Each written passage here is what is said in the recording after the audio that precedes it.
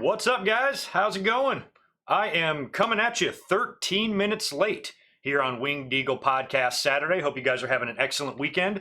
The reason I'm late is right before I went live, I had a little technical problem with my microphone, so I want to make sure that you guys can hear me right away because I basically had to re-input the entire microphone and its settings to get it to work, and I'm not sure why. So let me make sure. What's up, guys? How's it going? All right, we're back there. I have a feeling the microphone might sound a little bit different, but just to give you a quick rundown of what just happened. Right before I'm about to go live and come join you guys right at the top of the hour at 3 p.m. here on the West Coast, I looked down and I noticed that my microphone's, like the sound bar's not moving. It's just not picking up. And I'm like, okay, that happens sometimes. I unplug it, plug it back in. Nothing's working. Shut down the whole streaming software, reboot that. Nothing's working. Shut down the whole computer, reboot that. Still nothing works. So basically, I just went in and added the microphone from scratch, but I had a bunch of filters already on it to help the sound. So I was like, shit, I got to go back in the old microphone and find those filters and match them all up, which caused me to be 13 minutes late. So I hope my voice doesn't sound too off here. I'll figure out whatever the hell the issue is here and have it figured out by I'm guessing tomorrow night, because we got to talk about NXT Takeover Portland in about 24 hours. So anyway, this is going to be a loaded episode again, just like last week's was, because I think we had a pretty decent week of TV. Not as good as last week across all four shows, but Wednesday night in particular was really strong on AEW and WWE's side. We have a bunch of wrestling news to get into, Hall of Fame announcements, a couple of big returns, one by John Cena coming up in a couple of weeks. A lot of WrestleMania speculation. We've got NXT Takeover Portland tomorrow. We've got Super Showdown coming up in a couple of weeks. 2 days after that, we've got Revolution. It's a busy month with lots going on. So we're going to kind of talk about all of it here this afternoon, and it should be a fun, loaded, stacked episode.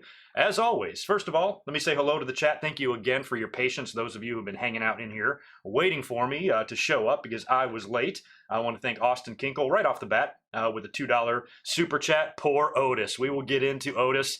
I had to work last night, obviously. I'm in the restaurant business, and it was Valentine's Day, so SmackDown was not going to be in the cards for me. I had to check it out when I got home last night, and I did see the Otis stuff. Very sad, but he'll bounce back. Otis is too good for Mandy. We've got his back. But we'll talk about him and everything that went down later on, and I think Dolph Ziggler might be the biggest heel now in the business currently with what he did last night. So anyway, we'll probably touch on wrestling news stuff first and then move into the week of TV, and then we'll talk Super Showdown, we'll talk Portland, we'll talk all that stuff. Also, I want to let you guys know that I released a brand new classic pay-per-view review on my channel yesterday. WWE No Way Out 2002. We've got the NWO going to the Hall of Fame this year at WrestleMania, so I thought that would be a perfect pay-per-view to do, considering it was the NWO's debut in WWE. So we talked all about that situation, that pay-per-view, and what led to it, and Vince McMahon's crazy promo with the NWO on the back of his office chair and all that shit. So it's a fun review. It was fun to do, and I think it's a good watch and a good listen. So check it out. It's on my channel right now. I also want to shout out my patrons, just like we do every Saturday, and give you guys some love because couldn't do this without you. As always, Barry MK400, Blake Moran, Claudio Clavedetcher, Devlin Husband, my buddy from the cruise, Daniel Rodriguez, Damanian Elwell Sr., Jordan Karg, John Riffle, John Redford, Josiah Blevins, Keith Sawyers, Michael Cuomo, Mr. Steve, Nathan Walker, Reese Jones, Ryan Y, Steve, and the Double Z TV. Thank you guys for all of your support over the years. You're the best. My wrestling news is a little bit light, but I still feel like there's a lot of discussion that could be had. So that's why we're going to start with the news this week, because I think it can spark some fun, debate, some fun speculation as to what we might see, here in 2020 and heading into WrestleMania time. Number one is the return of John Cena. He was announced to be making his way back to SmackDown in 2 weeks, and that's when SmackDown's going to be in Boston. So that makes sense that, kind of around Cena's neck of the woods there, he'll be there for that, but he's mostly going to be there to promote, I don't know, whatever the hell he's doing, some latest promotion. And I found it interesting that John Cena made it known on Twitter, thank you for WWE for letting me come to SmackDown to promote this. I can't remember what it was now. So the way he's like almost going out of his way to let everybody know, oh, I'm just there to promote this, but it's also WrestleMania time. You mean to tell me Cena's going to be in that ring and somebody's not going to come out there and challenge him? I think it's going to happen. So I think with Cena coming back, I can't see him coming back to TV and then not setting himself up for a match at WrestleMania unless he's tied up with a movie schedule or something. So sounds like to me, Cena has got a WrestleMania match if he wants one, and if he does, who does he work with? And I know we are looking way ahead, but we got a lot of speculation with Goldberg, The Fiend, and Roman Reigns and what might be happening there. The leaked Elimination Chamber match was kind of announced, sort of, with a big number one contenders match, just like I predicted way back in December before the Royal Rumble even got here. I was saying, like, Roman Reigns doesn't need to win the Royal Rumble to face The Fiend. That match should go to somebody else. Roman can get the title shot at the Chamber, and it looks like that's what they're going to do. Daniel Bryan's in this thing. I don't even know who else, The Miz, and probably all the other top contenders on SmackDown, Baron Corbin. But Roman Reigns is likely going to come out of that. But last week we talked about the possibility of Goldberg actually beating The Fiend for the title, because the fans feel, maybe WWE feels, that Roman beating Goldberg will be, he won't be booed as much, kind of thing. I just don't see that happening. I think Goldberg is there to do the job. I'd be very surprised if, after all of that investment and time and money they put into The Fiend, if Goldberg is the guy that never wrestles, is the guy to end that, no way. I mean, I would be very shocked. I mean, I can't say 100% guaranteed, but I'd be extremely shocked if that wound up happening. I think Goldberg's going to be a nice notch in the Fiend's belt, and then he's going to, just make him look all that much more unstoppable, putting down a legend like that. So to me, all the signs are pointing to that. In theory, I get what the fans are saying about Roman and the booing thing, but there's just no way. And I pitched even the last couple of weeks that Roman Reigns going into WrestleMania to face The Fiend is likely, but given everything else we have at WrestleMania, specifically with what we hope is the launching of Drew McIntyre defeating Brock Lesnar, we don't want it to be a repeat of what happened a few years ago when Randy Orton beat Bray Wyatt for the title. It was like the undercard. It kind of fell flat. It really wasn't the focal point. And if Roman is going to be anointed once again the champion, and you're going to end this unstoppable Fiend character, I'm not sure if that's something I would really want on the WrestleMania undercard. Because we all envision Roman Reigns celebrating in the main event and fireworks and the show going off the air. That's going to be Drew's moment this year. So Roman, I think if he faces the Fiend at WrestleMania, the Fiend should beat him. And Roman can still win the title from him and everything like that. I'm sure he will. But that could happen down the road. You don't have to do it at WrestleMania. Not everybody can drop their belts at WrestleMania. So I'd be surprised if Brock retained and Roman won the title. I think it needs to be the other way around. And Roman can still win the Universal title, totally, but I think it should happen on the main event of another pay-per-view after.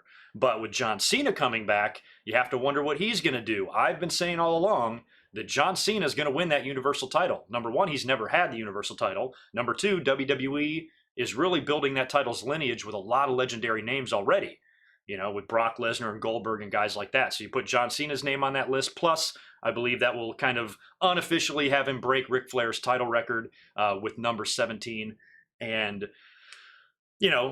that's going to happen one day. But is there, you can't do that now. You're not going to put John Cena in the ring with The Fiend at WrestleMania and have him win the title. You're not going to do that. He already beat Bray Wyatt at WrestleMania 30 and pissed off the entire universe, so I can't see him doing that. If John Cena is going to have a match at WrestleMania, I would like it to be something fun, because I think we've gotten to the point now with Cena kind of being out of the limelight, going off doing movies, doing other things.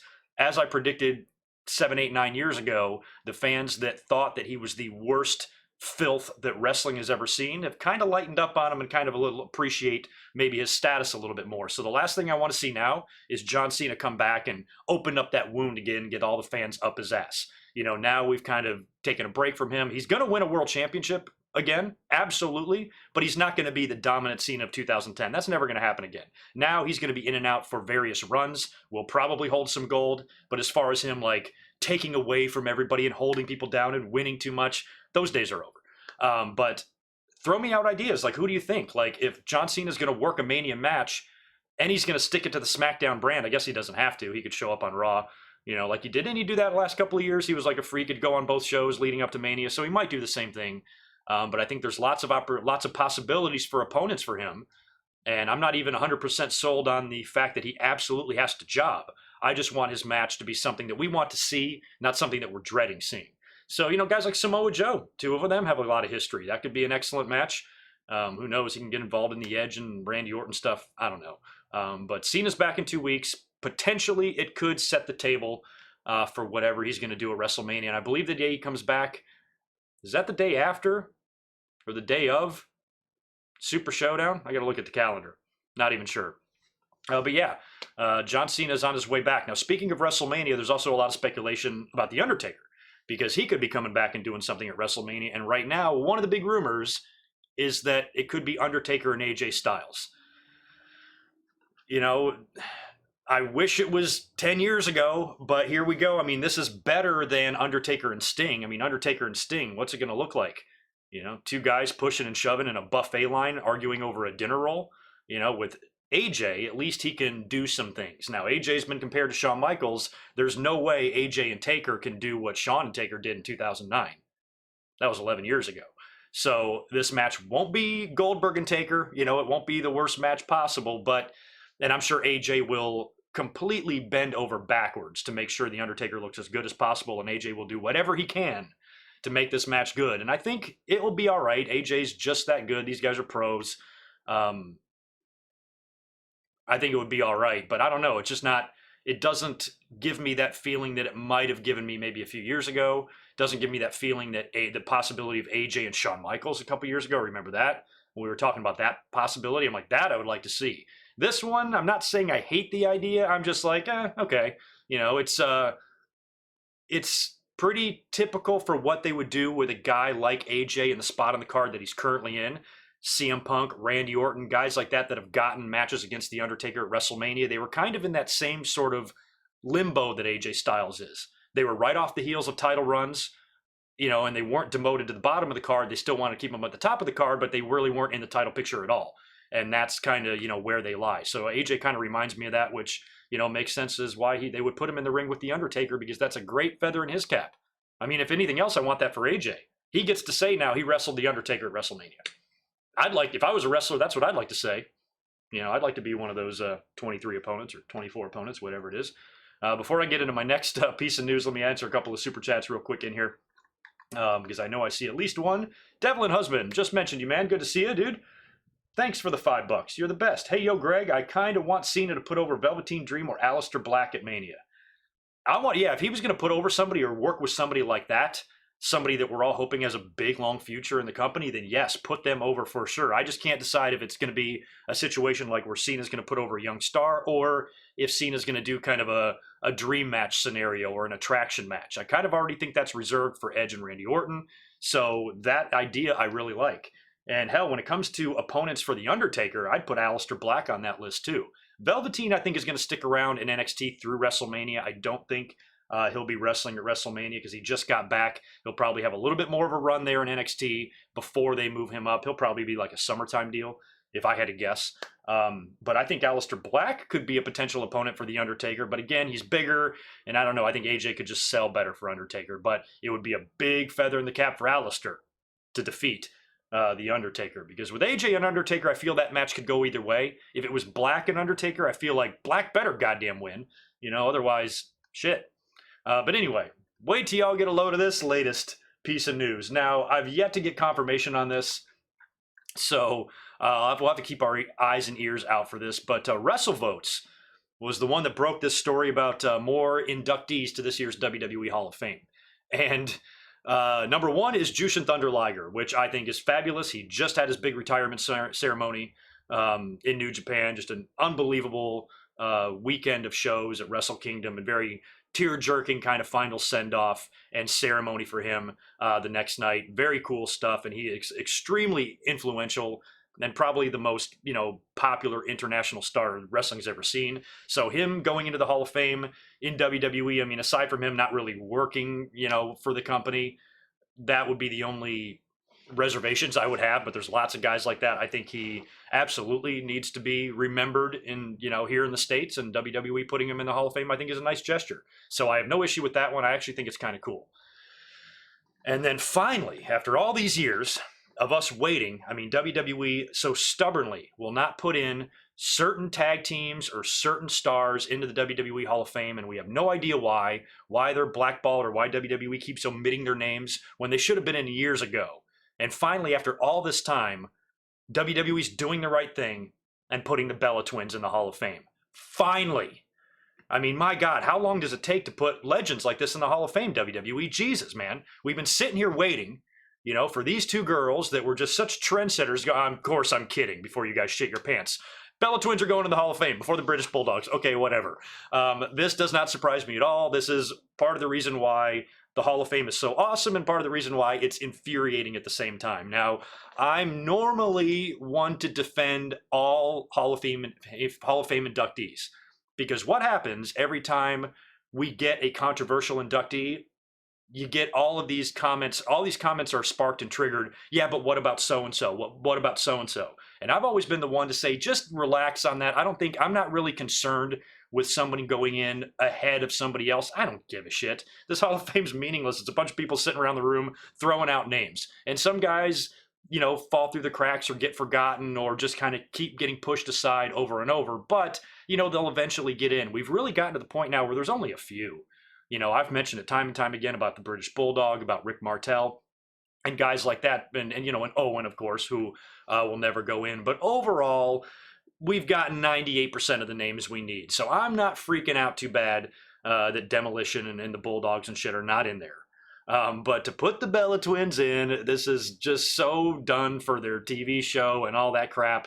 And it's such kind of like a political move because they're still on TV and they're probably, maybe not feeling as relevant right now. They haven't been on TV. Feels like both of their runs are over. Nikki Bella announced a pregnancy, I think.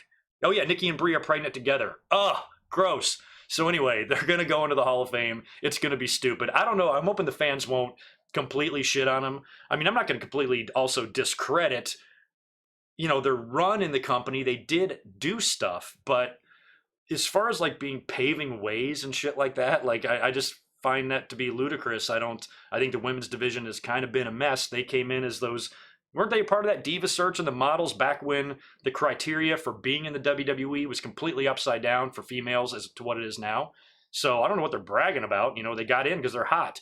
Now you get in because you're a hard worker and, you show promise or you really truly want to be a wrestler. They were, like many back in those times, many of them were using WWE as a stepping stone. That wasn't going to be their end game. They were going to go on and do other things like Tori Wilson, Stacy Keibler, all moved on to other stuff. The wrestling business was not their life. And the Bella Twins are no different. So they're going to the Hall of Fame. Fine. Look, I'm not flipping out. I'm not, raising a fit or they're, losing my mind over it. But I'd be lying to you if I said it wasn't a little bit ridiculous, because it is. But it's the Hall of Fame. What can you do? And speaking of the Hall of Fame, too, what do you guys think? Are they going to keep it with that same set that they did last year, in the ring and the podium and the whole deal? I hated that.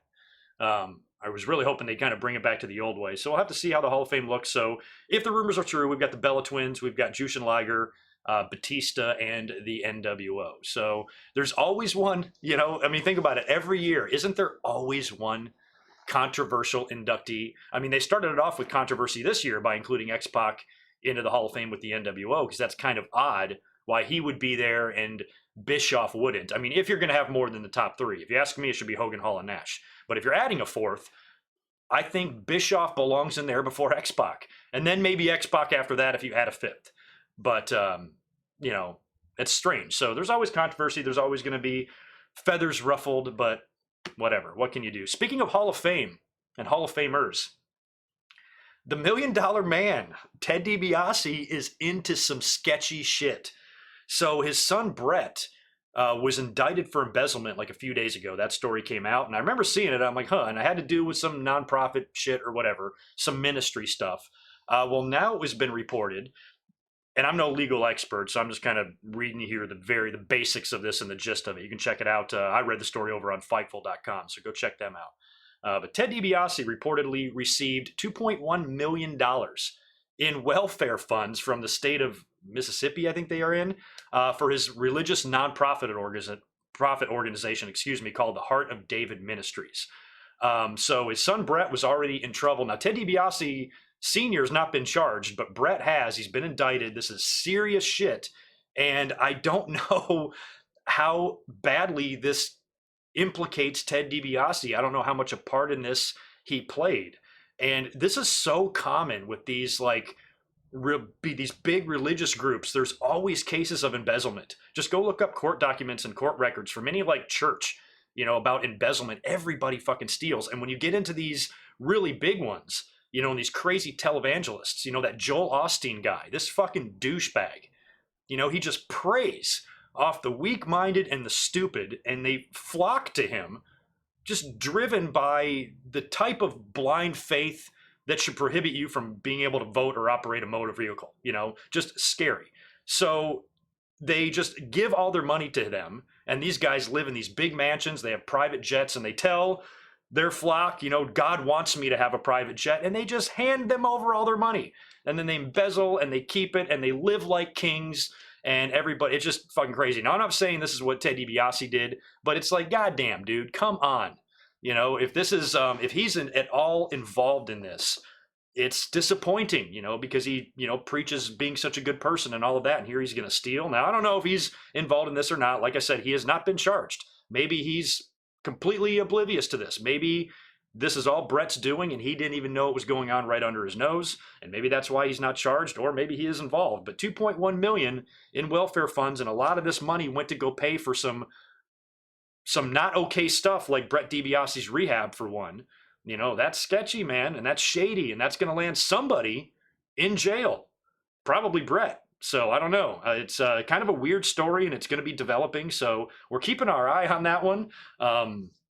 I love Ted DiBiase, one of my favorite characters of all time. Fond memories of growing up watching him and stuff. I think he's awesome. I don't want this to be true. I don't want him to have done this. I don't want him to go to jail, and I don't want to be disappointed that one of my favorites is a fucking asshole. So anyway, DiBiase, good luck.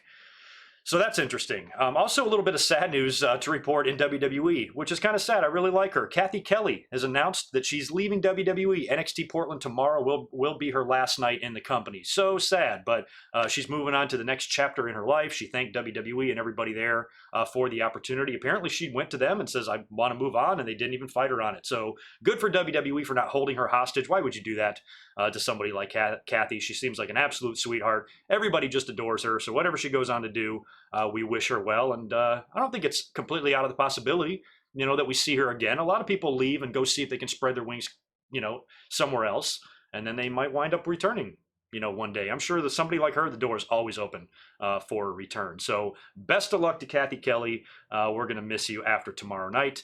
And also, we touched on this last week as well after WWE did their big earnings conference call.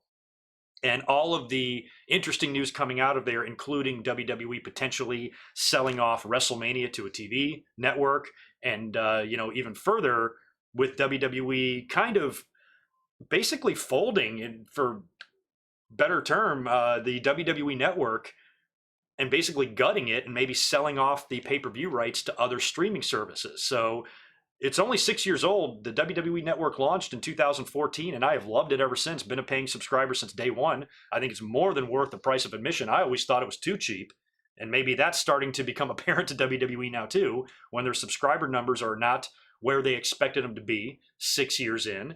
And with the recent departures of George Barrios and Michelle Wilson, who were integral parts of launching the network and getting that off the ground, and Vince now deciding that they want to completely just pivot from that and go in another direction, gut it, and sell back the pay-per-view rights to where the fans are going to have to change how we watch WWE programming, which is always annoying. So now you got possibility of WWE selling off their pay-per-views to Amazon or Netflix or streaming services, which means we're going to have to go out and find those and either pay for the services or pay for the pay-per-views themselves. And WWE probably does realize how much money they've lost in pay-per-view revenue, but I still think you're only going to sell those pay-per-views for the big ones. I mean, who's the hell's going to spend $50 on Fastlane? You know what I mean? I don't know. So this kind of sucks. I think WWE would be foolish to really turn the fans upside down on this. If things are gonna change, I understand that's part of business. WWE's got to, get whatever money they can, and there's a lot of money to be made here if they go through with these business decisions. But at the same time, you got to make sure that it doesn't screw up things too much for the fan to where we're not jumping through hoops to fucking watch this shit, you know what I mean? Especially with the way wrestling is now. So as long as the price doesn't increase too much, we might have to add another streaming service or pay another $10 a month. Whatever they do there, that's probably going to come along with this. But as long as this isn't, get to the point where now we're going to have to pay $100 a month if we want to see all the WWE content we possibly can, that's fucking ridiculous. So it's a little bit scary that things are really changing. I think this is a really big story in the next couple of years. You could see a completely different landscape in wrestling, especially with the WWE. And not only going on beyond selling WrestleMania to maybe Fox or something like that, selling the pay-per-view rights to other streaming services, you could sell the whole company in theory. And that's the big talk now. That maybe companies like Amazon or Disney could eventually, maybe in 4 years' time, I don't know, the current TV deals with Fox and SmackDown, I think or for Fox and USA, I think we're like 5 years each, right? So you got a few years maybe until something like that happens, but it's starting to look more and more possible that Vince McMahon getting, to the age that he's in, trying to make plans to, move on. They might move in the direction that UFC kind of did. And I don't know. Part of me doesn't know if that would be good or bad for the product. I couldn't imagine WWE and the McMahon family not owning the company.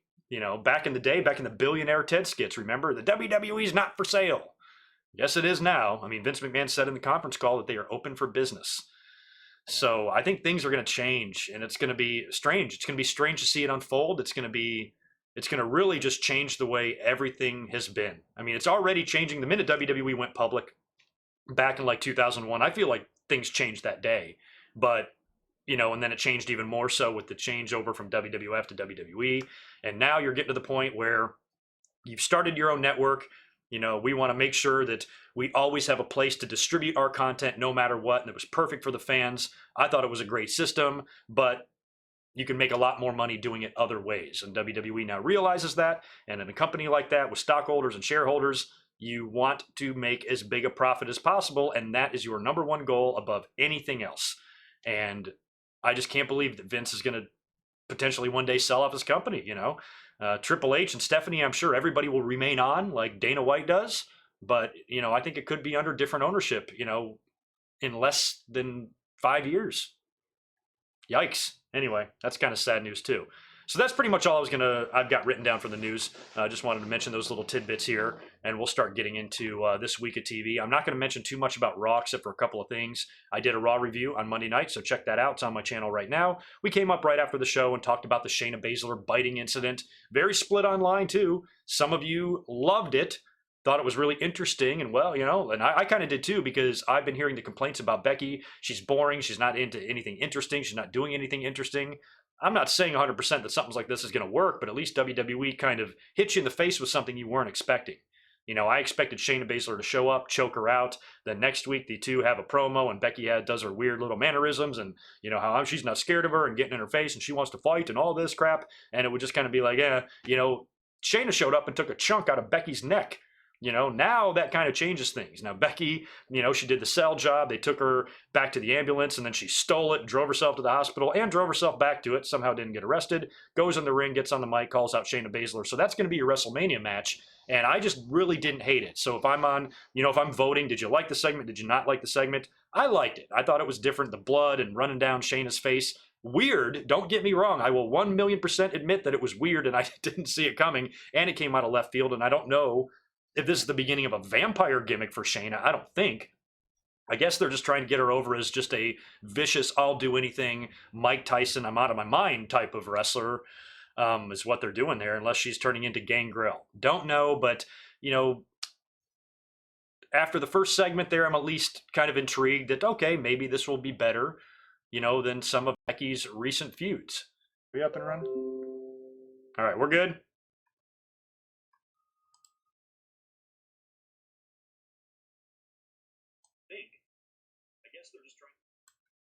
We good? I'm reading the stream here. According to me, I'm back up.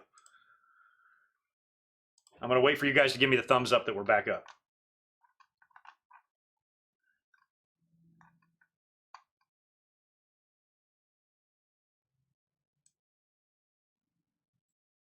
All right, I think we're up. We look up to me. Sorry about that. I don't know what happened. Weird stuff tonight. Hey, by the way, while we're doing this technical difficulties thing, will you guys smash a like for me? Oh yeah, our audience really dropped when I crashed there too. All right, we're back up. Yeah, just refresh it. Yeah, I got the warning. It said it disconnected, but then it said reconnected, so I saw it happen. All right, we're good. Sorry about that. I got to figure out, I don't know if I got a little glitch here, but I had the mic problem to start off. which is pretty much fixed now. But and then we briefly went down. That's actually happened before on like Raw streams and stuff, and it usually doesn't affect it too bad. So anyway, we are still up and running. Thank you for the extra likes there, guys. We're back up and running now. Let me refresh and backtrack here because I don't know where I got cut off. But I was about to start talking about the Randy Orton segment on Raw when he was interrupted by Matt Hardy. Now, I thought that was interesting given Matt Hardy and Edge's history and everything that went on there with Lita, and Matt Hardy even touched on that and talked about it in the promo. And then they did the deal where Randy Orton attacked Matt Hardy and gave him the concerto, and seemingly writing him off of TV because we've all been hearing the reports that Matt Hardy is done with WWE. His contract is up. He's been making all sorts of YouTube videos suggesting that he's got a lot of plans after WWE. The Dark Order in AEW has been talking about some exalted one that apparently is in charge, and a lot of people have Matt Hardy kind of pegged for that. I kind of think it's going to be Christopher Daniels, but, Matt Hardy would be fun. I don't know what kind of no compete clause Matt Hardy has after his WWE days, if it's still the 90-day deal or how long he has to wait before he goes over there. I don't know if he's, when your contract is up, if you can just go right off the bat, kind of like Moxley did. So he could be there potentially relatively soon after his contract is up, I guess in March. So all the fans and the internet reported that that was it for Matt Hardy, done in the WWE. Well, then later on this week, actually, I think yesterday, WWE announced on social media that Matt Hardy will now face Randy Orton on Raw this week. So we're bringing Matt Hardy back to TV, I guess, for one more week, unless this whole thing is a swerve and he's not leaving at all. Apparently, he did turn down their latest contract offer because I think he wants to do more. And I always thought that was sad. I kind of thought the Hardy Boys are going to wrap things up in the WWE, but I want Matt Hardy to go out there and have a good time. Finish up, try to contribute as much as he can to wrestling. And if he feels like he can do that outside of the WWE, go. 100%. So I'm glad that that's a possibility, but maybe it's a big swerve here and he's not going anywhere. But the word is that the segment last week with Orton and Hardy was so well received that that's why WWE made this decision, which I can understand, but Edge, he took a concerto and he's, never heard from again, and Matt's coming back in 1 week. So I don't really care. That's kind of nitpicking there. I don't really give a shit about only selling it for a week. Either way, it sounds like this will be the final end for Matt Hardy. They'll write him off TV for good here with Randy Orton in a match. Randy Orton, I'm sure, will RKO and beat him. And who knows, he could do one more thing. He could punt him, which would be a great setup for whatever Matt Hardy does in AEW. Think about that. If Hardy and Matt and Orton have the match, Orton beats him and then he does the punting thing where he just kicks him right in the head. I don't know if WWE does the punts anymore, but if he does that, ending Matt Hardy, and then he goes to AEW as a crazy man, it could be the punt that jarred his brain and turned him into that character. So that could actually work, in storyline, crossing over two promotions there if they did that. So, Matt Hardy is a pro. He will show up and do his job and do business and put Randy Orton over, obviously, because Randy is going to be on a tear until he gets to WrestleMania to face Edge. And he's going to go out there and do his job. And after that, I guess that'll officially be the end for Matt Hardy this Monday on Raw. So best of luck to him. And we'll see how that goes. But really interesting segment last week, and even interesting more that they're doing a rematch on Raw. Let me go back over here to the chat and make sure that nothing is crazy. Nothing crazy is happening. Yeah, not a 90-day when your contract is up. That's been really, because when Moxley, was done, he was there right away. Same thing with Hall and Nash. Yeah, once your contract is up, you can jump.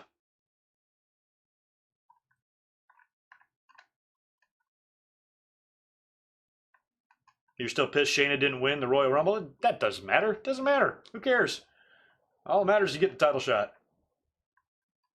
They could have done the same thing, but you wouldn't have been able to set up, I guess you could, but it would have been harder to set up Charlotte and Rhea Ripley without the Royal Rumble, because when you win the Royal Rumble, you can challenge anybody kind of thing. And that was a way to set up the Ripley match where Baszler could have just, shown up on Raw the way she did and attacked Becky Lynch.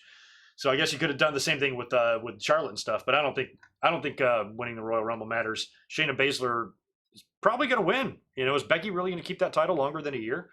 So we should be happy, not pissed about the Baszler stuff. Infamous Nero, thank you. Or Infamous Nero, thank you for the $5, dude. I appreciate it. Hi, GoodMicWork, longtime fan of your videos. Do you think a big name will return for WrestleMania? If so, who do you think it will be? Well, I don't know. It depends on how you define big name. I mean, we know we're probably going to get Cena. We're probably going to get Taker. Goldberg and Hogan could still have a presence. There's been talk of an Undertaker and Sting possibility, an Undertaker and AJ Styles possibility. Other than that, I mean, aside from CM Punk or The Rock showing up, that's pretty much it. And apparently, I mean, this is a long way away. WrestleMania is going to be, here in my neighborhood in LA next year. That's going to be fun. And early talk is that you could potentially see, it's a match that I've wanted to see for a while. That will be the setting for The Rock and Roman Reigns. So maybe we get no Rock this year, but maybe we get Rock next year in a match with Roman. Because, Rock, he's got to come back and do one more match, doesn't he? Come back and maybe win one and then put somebody over and then be done with the wrestling for good. I feel like he's still got to do that. And, putting over Roman might be something that he would like to do. But yeah, I think everybody is pretty much going to be there, dude, unless they bring in CM Punk or The Rock. And it will be interesting to see if CM Punk will be, at WrestleMania, if he'll be a part of the WWE backstage crew doing a special from there. And, maybe that's where a meeting finally comes together with him and Vince or him and Triple H or whatever. But maybe at WrestleMania will be the time that the two parties actually get together because they'll be, kind of in the same place. We'll see. It'll be interesting. Let's talk about the Wednesday Night Wars. How am I doing on time here? Oh, yeah, we're good. I'll be up here for another hour. This should be an hour and a half to 2 hour long podcast, probably two today, because we got to talk about NXT and AEW. Now, this is the go home show for NXT Takeover Portland this Wednesday, so we'll talk about NXT first. And I thought both shows were amazing this week, but I definitely have a winner picked. I'll save that for the end. But NXT, I think, was fun primarily because it had a good little balance of like good wrestling and some entertaining bits. There's been some weeks of NXT where I feel like it's been just straight good wrestling, which I don't really complain about, but I think you need a little bit more entertainment value and factor in there as well. So I thought this was a good balance. It started off with a very angry Roderick Strong storming down to the ring. We saw the return of Velveteen Dream last week where he ripped off his tights to reveal Roderick's wife and kid on there, very ravishing Rick Rude style. So Strong is pissed, storms out to the ring, gets on the mic. He's calling out Velveteen Dream, and he's then interrupted by Bronson Reed, who was one of the guys that the Undisputed Era attacked the week before. So he came out there, got in the face of Roderick Strong. That led to a match that Roderick won. And was it after? I think Velveteen maybe appeared twice. I think he did like a distraction first during the match, and Strong was still able to defeat Reed. And then after, he gets back on the Tron again, and he starts talking about Roderick's wife, saying he'll take care of her if something happens to Roderick. And Strong gets all pissed, and he storms away looking for Velveteen Dream. So that's kind of interesting there that Velveteen is just going right in that direction, that very heelish route, even though he's a babyface. Very reminiscent of Ravishing Rick Rude. But in this case, I think all the fans are happy with what Velveteen is doing. When they've done other stuff like that with families like Bray Wyatt, threatening the family of The Miz, or Samoa Joe talking about AJ Styles' wife and shit like that. It's usually the heel doing the work there, but this time it's good old babyface Velveteen. But probably my favorite part on the whole show, or my favorite segments on the show, was the combined skits of Matt Riddle and Pete Dunne. So they're trying to get to Portland. It's basically like the adventures of Matt Riddle and Pete Dunne. So it's the three of them. Matt keeps saying the three of us, and he means him, Pete, and the big Dusty Cup trophy. So they attempt to drive to Portland first, but because Pete doesn't know which side of the road to drive on, they get pulled over and they get their car impounded and they're stuck with no way to get to Portland. They, do another skit later on where they're in a paddle boat that's in the shape of like a swan, and they're paddling down a river in this thing trying to get there. And the whole thing ends with them on a tarmac. I think it's at night, and they've got to Triple H or the WWE's private jet, and they sneak onto that, and Triple H boards it and the plane takes off. So it looks like they're going to make it to Portland, and I hope they do, because they've got a big match tomorrow night with Undisputed Era for the tag team titles, and I'm really liking the dynamic between the two. It's exactly what I think NXT needs. It's that one, because AEW, I feel like, has that. They do some of those comedic skits where they definitely make you chuckle 1, 2, or 3 times a night on AEW, and I like that.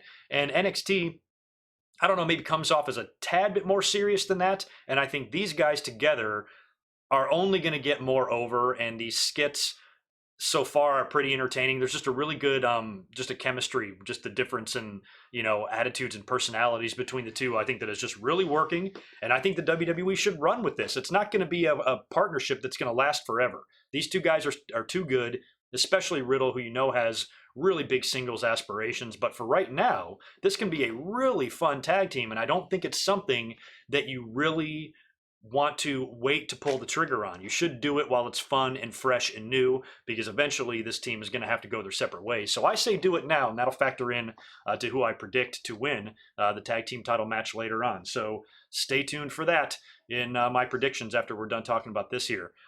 We had Dakota Kai taking on Candice LeRae as well. Decent little match here. Candice LeRae gets busted open. I think bloody nose or something like that. And Dakota wound up just winning with a roll-up. She kind of had a little bit of a different look going on as well. And I like Dakota Kai. When she turned heel, I've been loving her ever since she went heel. She's got the big match coming up tomorrow as well with Tegan Nox. And Tegan actually ran out to make the save here on Candice LeRae, because after the match, Dakota Kai continued the attack. So that's going to be a street fight between the two tomorrow night, and I think it's going to be pretty good. Those two surprised me. I wasn't sure, when they were both baby faces, and they were teasing the turn of Dakota Kai. I just wasn't thinking that she'd be that good, and holy shit, was I wrong. I had no idea how good she could really be at being a heel. So I'm liking the whole thing. I think the match will be fun, and I'll tell you who I predict in that in a minute. We had Johnny Gargano returning to the ring. I haven't seen him have a match on NXT Wednesday in a while, taking on Cameron Grimes. Really good match. Cameron Grimes seems like all he does is put guys over, but he can work, man. He's got an interesting look, very interesting dude, but he's a hell of a good worker, and this was a fun match. Gargano won with the Gargano escape and cut a promo on Finn Balor after the match. We didn't see Finn Balor come out. I thought maybe he'd confront him on the stage, but it was just Gargano talking, and I think that's going to be your show-stealing match tomorrow night. It's going to be impossible to top that.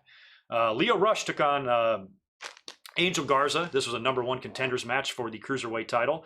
Garza's been represented lately on Raw by Zelina Vega, which I kind of like that pairing. Gives Zelina something to do in the absence of Andrade. She wasn't here with him on NXT, and he could have used her because he lost. He lost with a roll-up. I think Leo countered the wing clipper and rolled him up for a kind of a quick pin there, surprising Angel Garza. Angel Garza, a lot of people are singing his praises. I love him. I think he's got just a good look. I think he's interesting personality, more presence to him, especially on the mic, than somebody like Humberto Carrillo, and an amazing move set and some really innovative offense. So I like Angel Garza. I think he's going to go big places, and this was a fun match. And it maybe moves him on from the Cruiserweight. We might see him more and more on Monday Night Raw now. So with Lio Rush winning, he can go now take on Devlin for the Cruiserweight title. He actually came out there, by the way, and had a face-to-face stare down with Lio Rush on the stage. And that match is coming up next week on NXT. So that'll be fun. We had a really cool kind of like video package hyping up the Keith Lee and Dominik Dijakovic match tomorrow night. And it was narrated by Mark Henry. And I knew Mark Henry was down there because he was tweeting a bunch of shit about being at the Performance Center and stuff. So I knew he was there doing something, probably working out with the talent. And they had him record some voiceovers here, which I thought was a really nice touch on that, because these two guys have a ton of history. It's also like a babyface match kind of built on respect. Keith Lee is just, beginning his North American title run. I don't expect him to drop the belt here, but I like the fact that they are making this match feel like a big deal. And I think that's only good for especially somebody like Dominik Dijakovic. Bianca Belair made really quick work of Santana Garrett, who I like. I think she's got a great look as well and is pretty good, but she didn't stand a chance here against my girl, Bianca Belair, who just continues to impress. After the match, she gets on the mic, calls out Rhea Ripley, who comes down to the ring. They fight, and Bianca puts her down and does the thing, standing over her with the belt. And they've got their match tomorrow night as well, and I think there's some really interesting scenarios and possibilities now with Bianca and Rhea Ripley and Charlotte with what they could do tomorrow. We'll talk about that in a second as well. I think it could go like one of 4 different ways. Finally, in the main event, we had Adam Cole with a really nice tune-up match against a very game Kushida. Fun match here.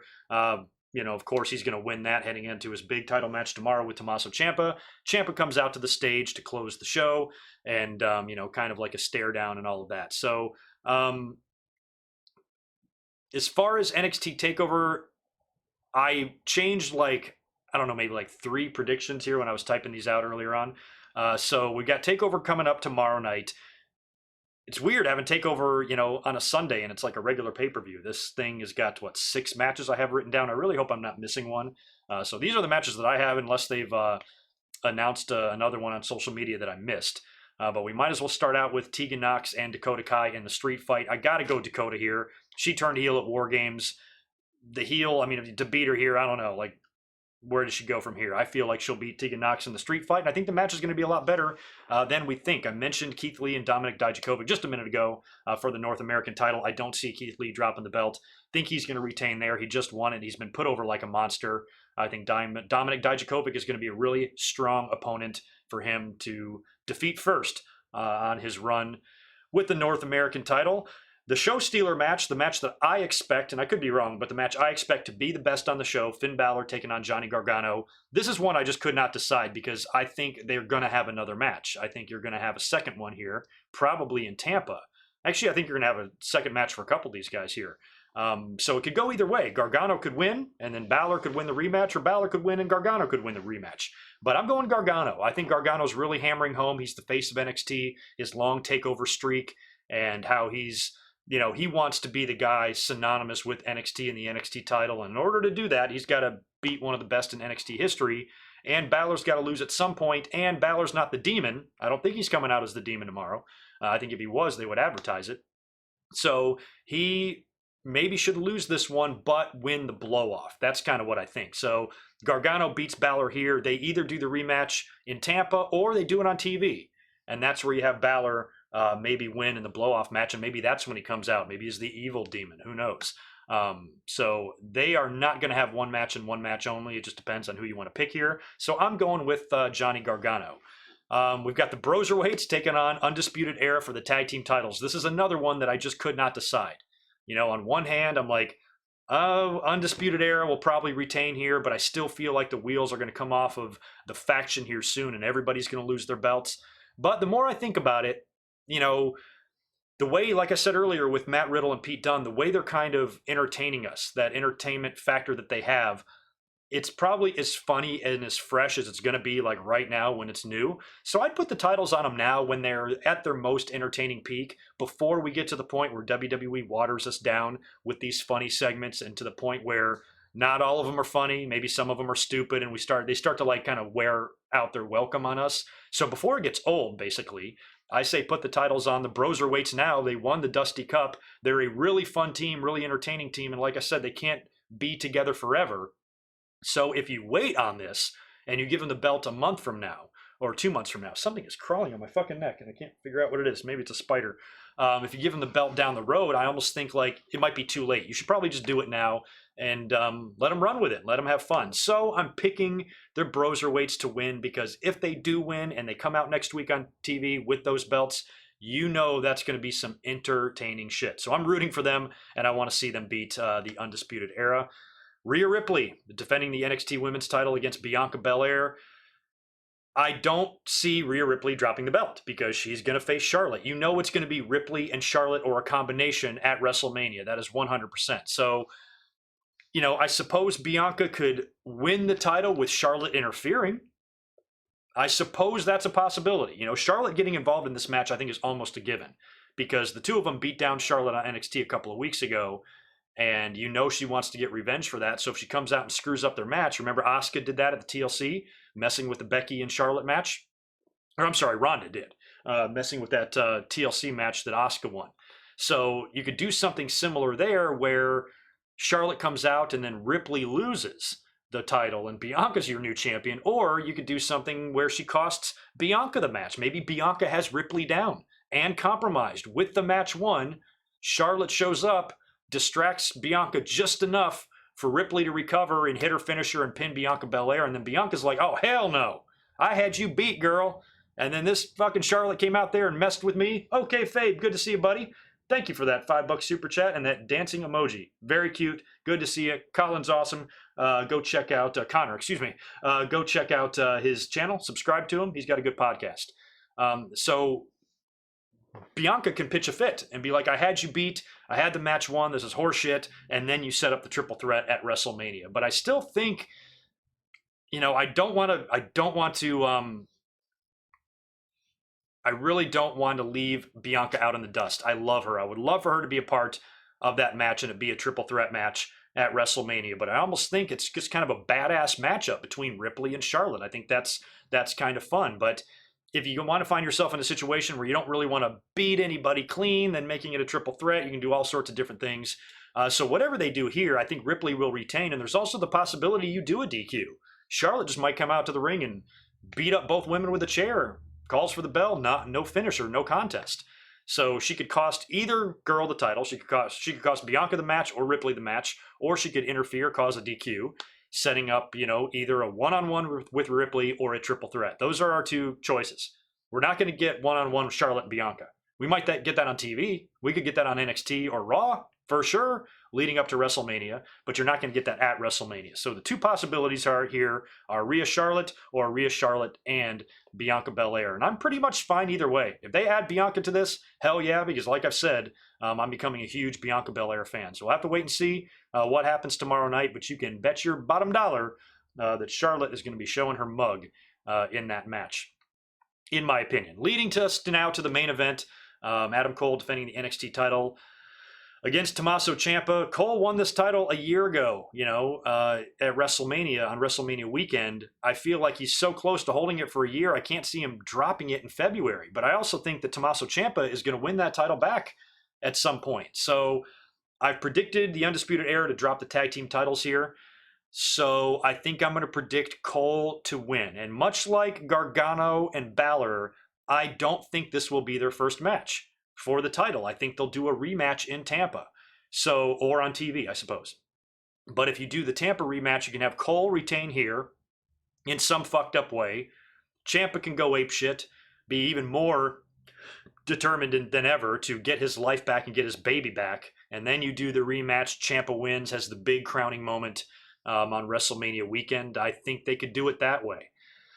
So I don't think Undisputed Era loses both matches. I think either Cole wins and O'Reilly and Fish lose, or vice versa. So the way I've got my prediction set here is Cole is going to retain, but the Broserweights are going to win the tag team titles. And that could be flipped.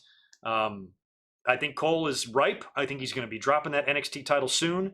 I almost think you should just save it for Mania weekend. Or save it for Tampa. I just feel that would be, I don't know, a better stage, but I always say that. That's always my argument. Whenever I'm like not feeling something, I'm like, oh, it should happen at a bigger stage. And a lot of times I'm wrong about that. So we'll see what happens tomorrow. But just to recap, I've got Cole retaining over Ciampa, Broserweights winning the tag team titles, Ripley retaining somehow over Bianca Belair, whether she beats her or Charlotte interferes and causes a no contest, Gargano over Finn Balor, Dakota Kai over Tegan Nox, and Keith Lee over Dominik Dijakovic. And hopefully I didn't miss any other matches.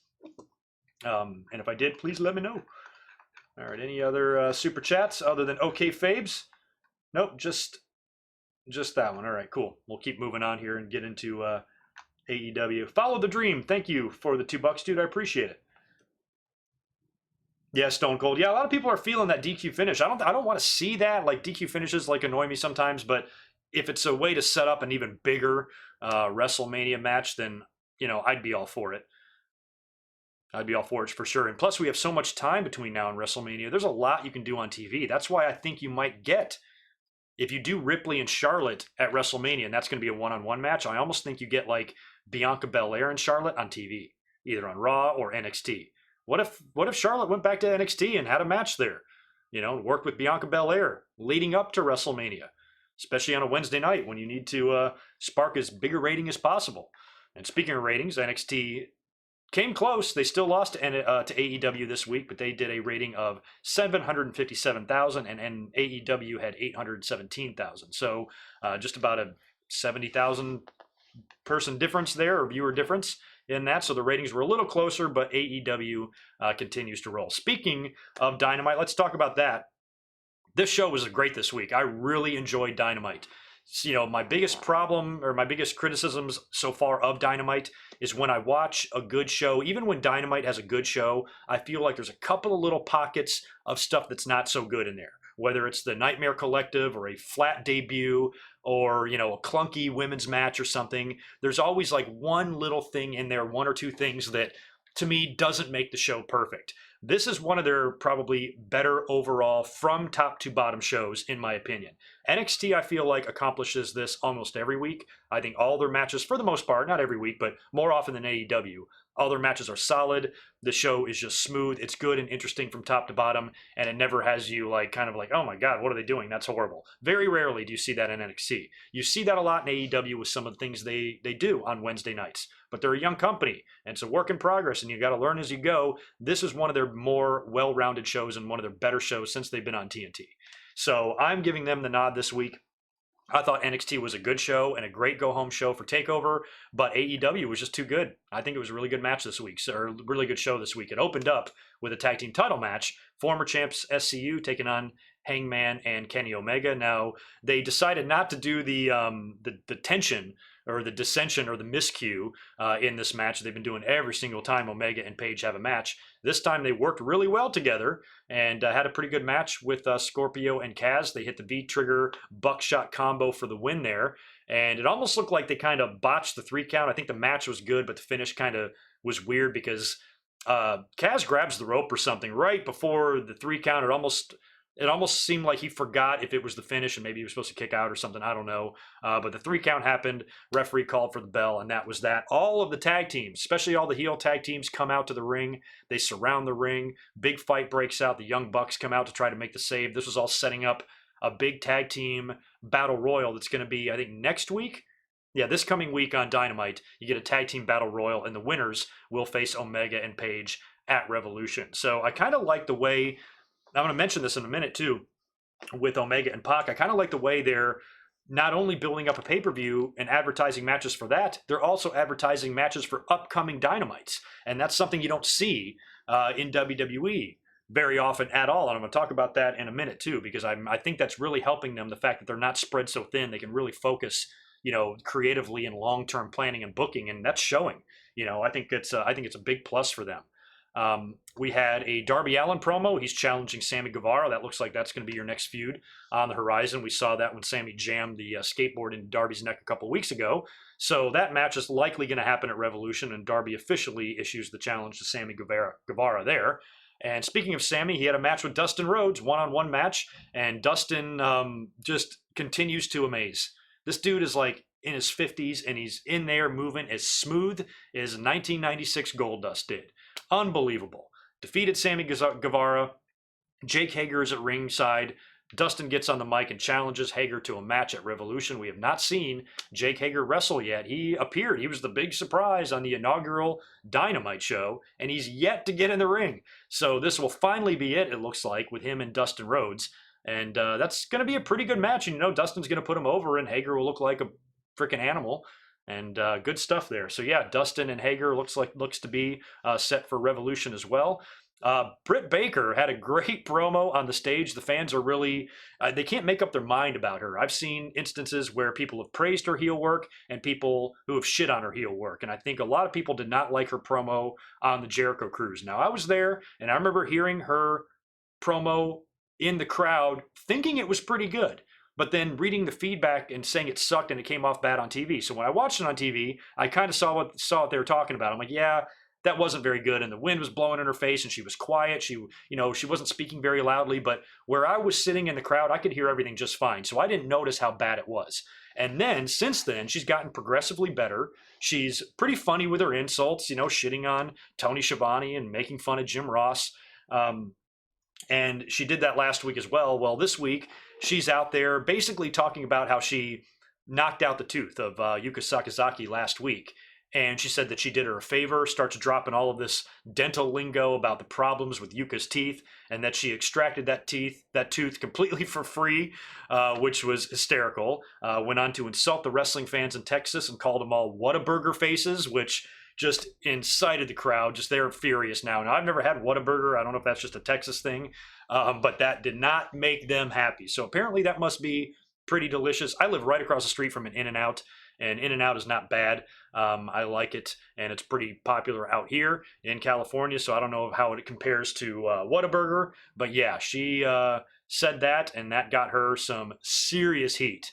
Maybe cheap heat, but good heat nonetheless, and the promo was great. And Britt Baker, she has showed signs of this. I remember when she when Dynamite first started and they were putting her over as a babyface, she had a couple of I can't remember who she was feuding with now.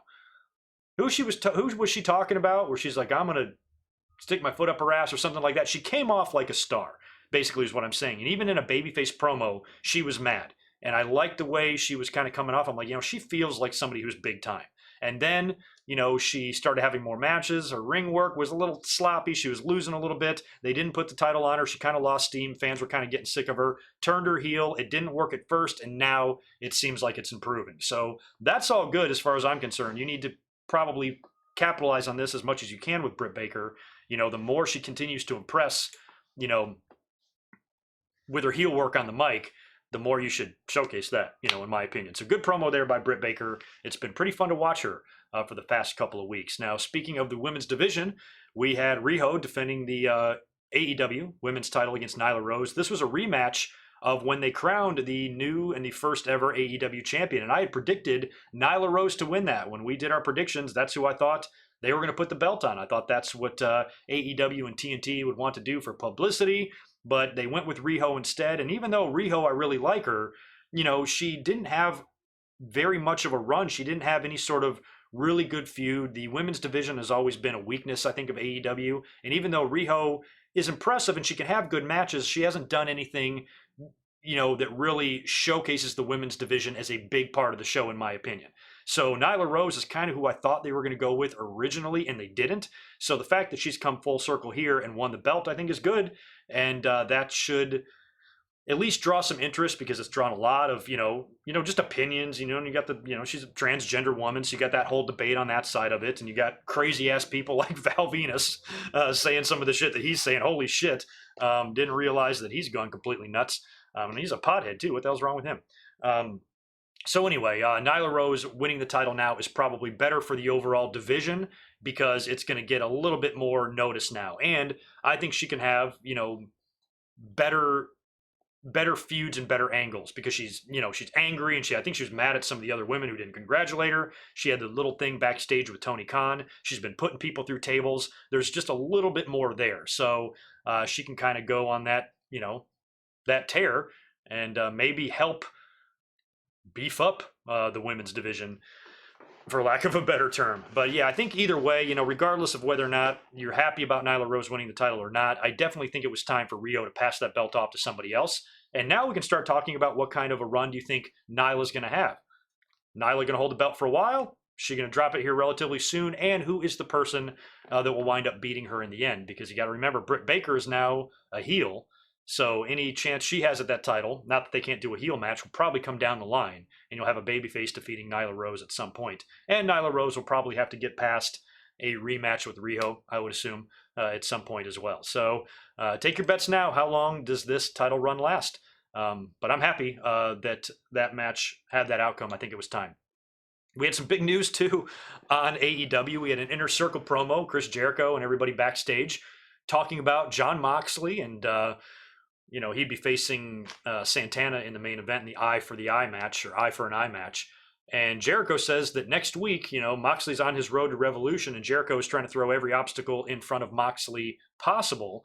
And he's got a big one this time. He says, next week, Jon Moxley, you're going to have a match. You're going to have a match against one of my hired guns. I've scoured the globe looking for the best free agent badass out there, and I have found him. And next week, you will face Jeff Cobb. So that was an interesting way to introduce Jeff Cobb. That's a pretty big name for them to get. That's a great signing.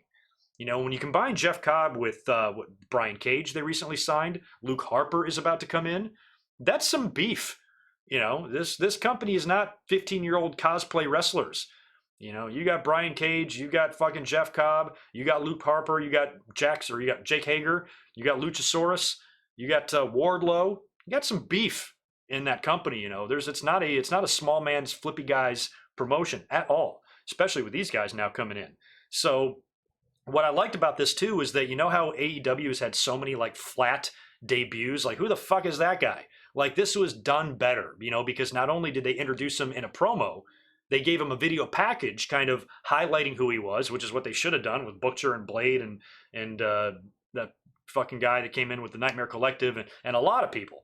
So they did that for him. The announcers put him over huge, and we would actually see him in person later on, which I'll get to in a second. So this is one of the better announcements of a new wrestler coming in. So that's big news. Ring of Honor star, who apparently has not yet signed a contract with AEW, but I'm sure something more long-term will be worked out soon.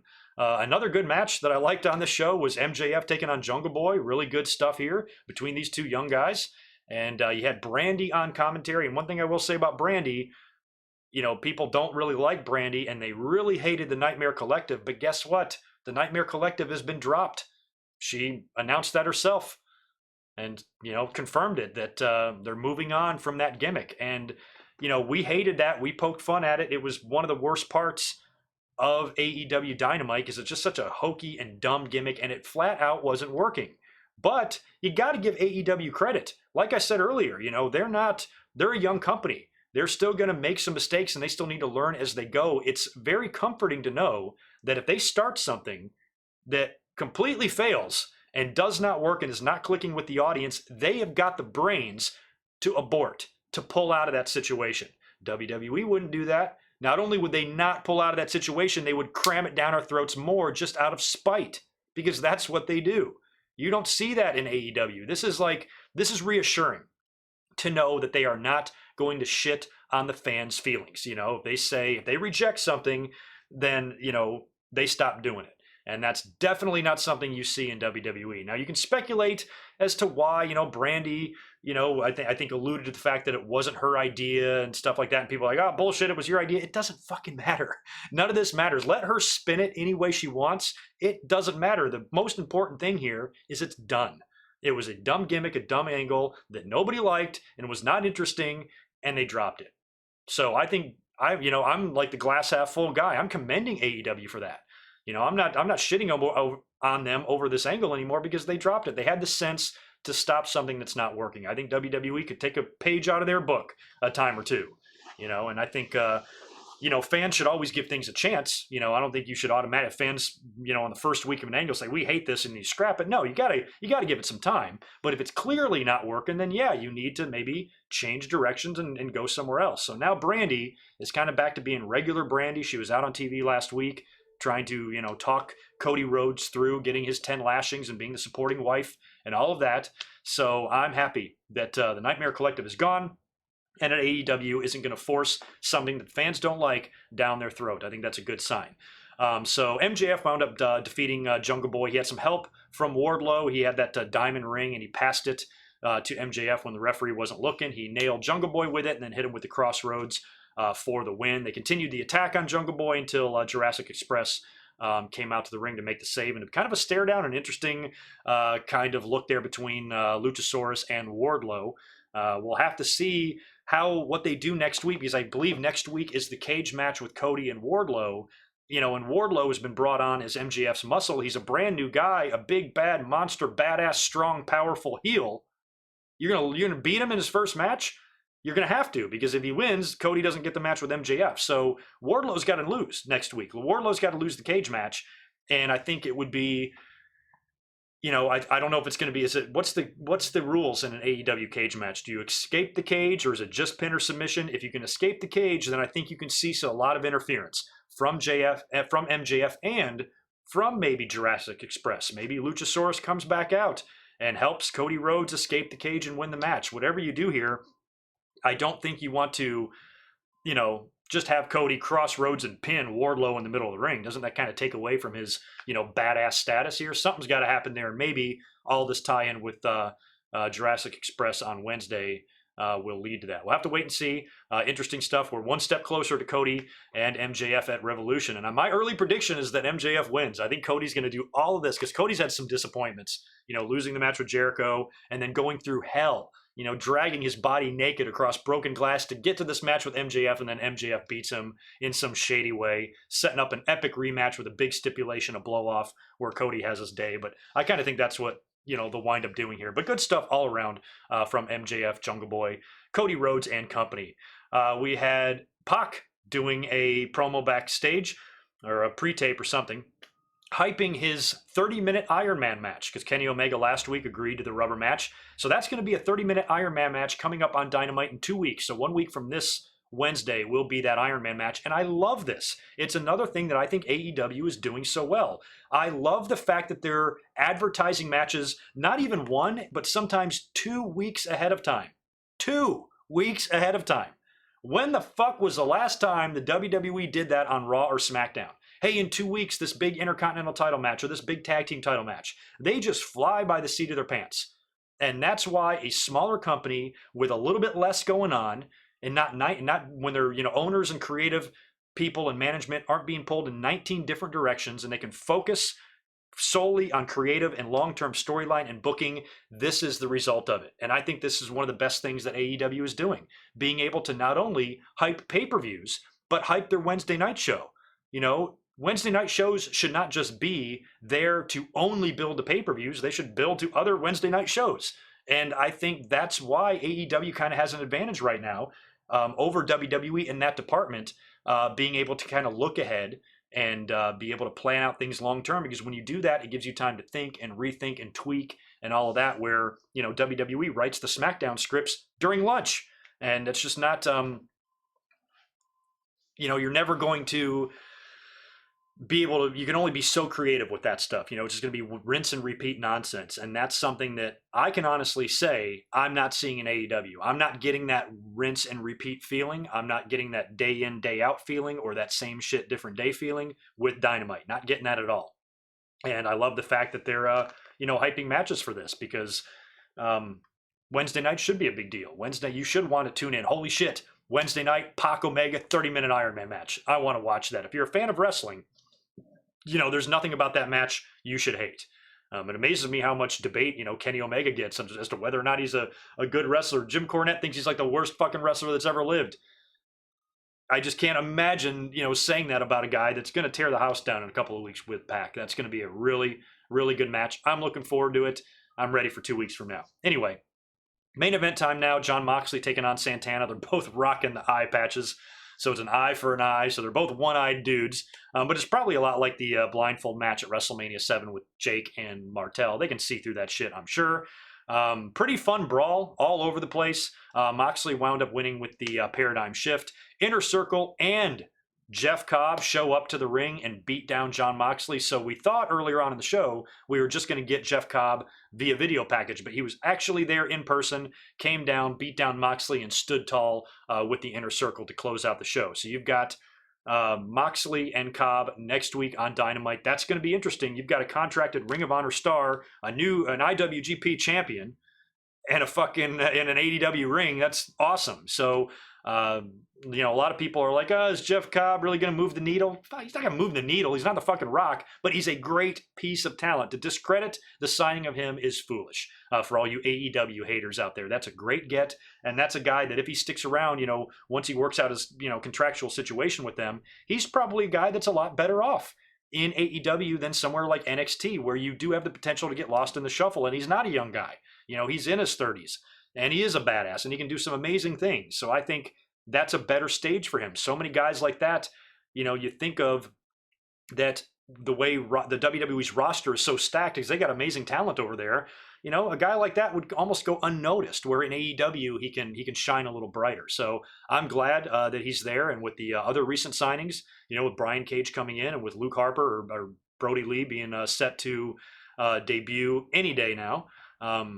That's those are all going to be good places for them, and I think they can spread their wings and really flourish there. So it was hard for me to find anything negative on AEW this week. That's why I'm voting for them for the better show this week. I think I picked NXT the last 2 weeks. Last week was really hard. I think I picked NXT like a 0.0001 of a point or 10th of a point or something like that. Like it was really close, but I still just barely gave the nod to NXT. But I think AEW had their most well-rounded show since they've been on TV. So, with a compliment like that, you have to pick them as the better show this week. So they're who I select. Well done, Dynamite. We got to move on to last night's SmackDown, too. We still got that to talk about. All sorts of shit happened there. Before we do, though, let me peek back over here to the chat, answer any super chats that I missed. Stone Cold, 10X, thank you for the $5, dude. I appreciate it. May not happen, but I would like Cena versus Lashley. Both were being pushed at the same time, never went against each other. They did. They went against each other in 2007 on a pay-per-view, and Cena won. I remember that. This time, though, I could actually see that Stone Cold, if you think about it. Cena and Lashley, but man, I don't know. Lashley is such a weird joke right now. And there's been talk about moving Lashley into a babyface role as well. Now that Rusev is kind of off TV or he's in a contract dispute or whatever's going on with him, that whole angle finally seems to be over. And maybe Lashley's back to being a babyface. I don't know if you Stone Cold, if you mean Cena and Lashley at Mania, or if you just mean Cena and Lashley in general. If you mean it in general, absolutely, I'd be into that. But I think you have to get them there. You can't just show up tomorrow and say, hey, guess what? We're going to have this match. Like, why? But in the future, hell yeah. And thank you for another one, another $5 Stone Cold. As a Texan, I can say Whataburger is amazing. Mick Foley even tweeted how awesome it is. Well, next time I'm down there in Texas, I will definitely try Whataburger. But yeah, she got some heat for mentioning that, so it must be delicious. It must be really delicious stuff. That asshole Britt Baker, my God. And Devlin Husband, thanks again, dude. I appreciate another $5. 2 weeks in a row with great shows: Raw, SmackDown, AEW, and NXT. Yeah, I still think last week was better across the board. I really enjoyed all 4 shows. Raw was pretty good this week, but maybe not as good as the week before. And SmackDown was just like so-so. But AEW and NXT, as usual, continue to fucking rock on Wednesday nights. Is that all of those there? And also, too, before I get into SmackDown, will you really help me with the likes? Get them likes up. I'd super duper appreciate it. I really need them. Got to get them likes. And check out my No Way Out 2002 review that I did yesterday. It's on the channel right now. That was a fun one to do. Anyway, let's talk SmackDown. So last night's SmackDown, based on, I asked you guys on Twitter, I was like, how's the show going? What did you think of it? Most of you guys were kind of giving it a bad grade, or definitely not as good as last week. But there were some things on the show that I thought was entertaining. We opened up with a Moment of Bliss segment. Her guest is Carmella. Bayley interrupts to come out there to talk shit because they're set to have a title match later on. Carmella says, why don't we just do it right now? And storms down to the ring. I think you go to commercial, you cut back, and you've got your SmackDown Women's title match opening up the show with Bayley defending against Carmella. So Bayley wound up winning. She rolled her up and put her feet on the ropes without the referee seeing it, got that extra leverage, pinned Carmella. Naomi wound up coming out and getting in the face of Bayley and running her off. And they announced later on that Naomi would face Carmella next week on SmackDown, and the winner of that will get a title shot against Bayley. So looks like Bayley's not done with Carmella yet, based on the way she cheated to win there. And Naomi is sticking her nose into the middle of this thing too. So you might get a situation like I mentioned with Rhea Ripley and Bianca Belair next week. You might just do a non-finish with Naomi and Carmella setting up a triple threat. And if you don't, it's probably going to be Bayley and Carmella again. But whatever that match turns out to be, whether it's Bayley and Carmella, Bayley and Naomi, or a triple threat, which is what I am suspecting here, where does that match happen? There's a lot of talk that it's going to be in Saudi Arabia. That could be your women's match. Maybe just one. Bayley defending the title against both of them. Because, Becky defending the title right now with everything going on with Shayna Baszler doesn't really fit for Saudi Arabia. Ripley and Bianca and Charlotte, that's all being saved for Mania. So if you're going to do a women's match there, you should put the title on the line, and Bayley against somebody, is probably likely there. So they did the women's match last time. I guess it just depends on what's going on with the Super Showdown this time. Apparently they've switched venues again. This was the last minute thing. They've switched it from one building to another. They did this either at the last one or the one before that. They've done this once before with the Saudi Arabia shows. So they've changed the venue again. All in all, it shouldn't matter. But yeah, I'm guessing they're going to do another women's match there at Super Showdown with those ladies. For some reason, Sheamus defeated Apollo Crews and Chad Gable, or Shorty G, in a handicap match. All I can say about that is Jesus. We had Hulk Hogan, an advertised Hulk Hogan sighting. He was doing a via satellite promo, basically putting over Goldberg and hyping up Goldberg's match at Super Showdown with The Fiend. That's when he's interrupted by a Firefly Funhouse segment, split screen type of deal where Wyatt comes up there and basically threatens Hulk Hogan, says, hey, you play your cards right, you could join everybody else on this wall behind me. And Hogan kind of gets mad. He's like, Michael, saying Michael Cole, thank you, brother, and thanks for having me on, pulls his headset off and just walks away. So he's disgusted after being threatened by Bray Wyatt. But what was interesting here, what a perfect line of dialogue that Hogan should have said here? He should have said, hey, Bray, guess what? I stole your dad's theme song, brother. Mike Rotundo and Barry Windham, that Real American theme that Hogan used was originally made for them, was made for Bray Wyatt's dad. And his brother-in-law, or Mike's brother-in-law, Windham and Rotundo are related too. So that's kind of interesting tie in there that Hogan's doing a segment with Bray Wyatt, considering that whole history with the theme music. But I thought it would have been fun if Hogan would have said that, just for fun, just for shits and gigs. 3% of the audience would have known what the fuck he was talking about. But I think it would have been entertaining. So anyway, kind of interesting that Hogan was the guy that they're using to put over the strength of Goldberg. He talked about a little bit about the NWO going into the Hall of Fame. I believe he's set to do an appearance at Super Showdown as well. So he's going to be around, but kind of an interesting situation there, just to put over Bray as a scary man. I guess was the whole point of that. So interesting, but not that interesting. We got to talk about Otis. My God, what happened to poor Otis? So Otis and Mandy Rose, they set up this Valentine's date a couple of weeks ago. We've been watching these two have these segments on TV for a while now. It's been entertaining. Normally, a situation like this, for me, I'm never interested in. I always think this backstage stuff is dumb and it's never that funny, and WWE thinks it's funny, but it's not. But Otis is so ridiculously entertaining. And this whole, courtship between the two just turned out to be a lot funnier than we expected, and it was really handled well and well done by WWE. And Mandy, you can't tell, she seems like she's really into Otis, but all these things keep happening, and Dolph Ziggler is getting involved. Well, now, a couple of weeks ago, Otis asks Mandy out on a date, and then she goes, I can't, I'm busy, but I'm free on Valentine's Day. Why don't we go out on Valentine's Day? So Otis is getting ready. They show him backstage with Tucker, hyping up, getting ready. He's got his, weird little suit on with the cutoff sleeves. He's got flowers. And later on, they show him arriving at the restaurant. Mandy Rose is already there, and she's sitting there by herself, and somebody comes up and puts her hand on her shoulder, and she goes, Otis, there you are. And she looks up, and it's Dolph Ziggler. So Mandy is acting like she was surprised by Dolph Ziggler. And, I watched the YouTube video here, so maybe I missed something. They then cut to Otis coming into the restaurant, and he sees Dolph Ziggler sitting down, cheersing Mandy Rose with a glass. And he sees that, and his face kind of drops, and his hand, it was just the saddest fucking thing. His hand just starts slowly going by his waist. The flowers go down, and he drops the flowers to the ground. And he just leaves instead of just beating the shit out of Dolph Ziggler. So I don't know what happened there. How did Ziggler convince her to let him sit down and cheers a glass with her? She seemed legitimately surprised. She didn't turn on Otis, did she? What the fuck's going on there? So I didn't really care what was going on. All I cared about was Otis's sadness, and I want to help him.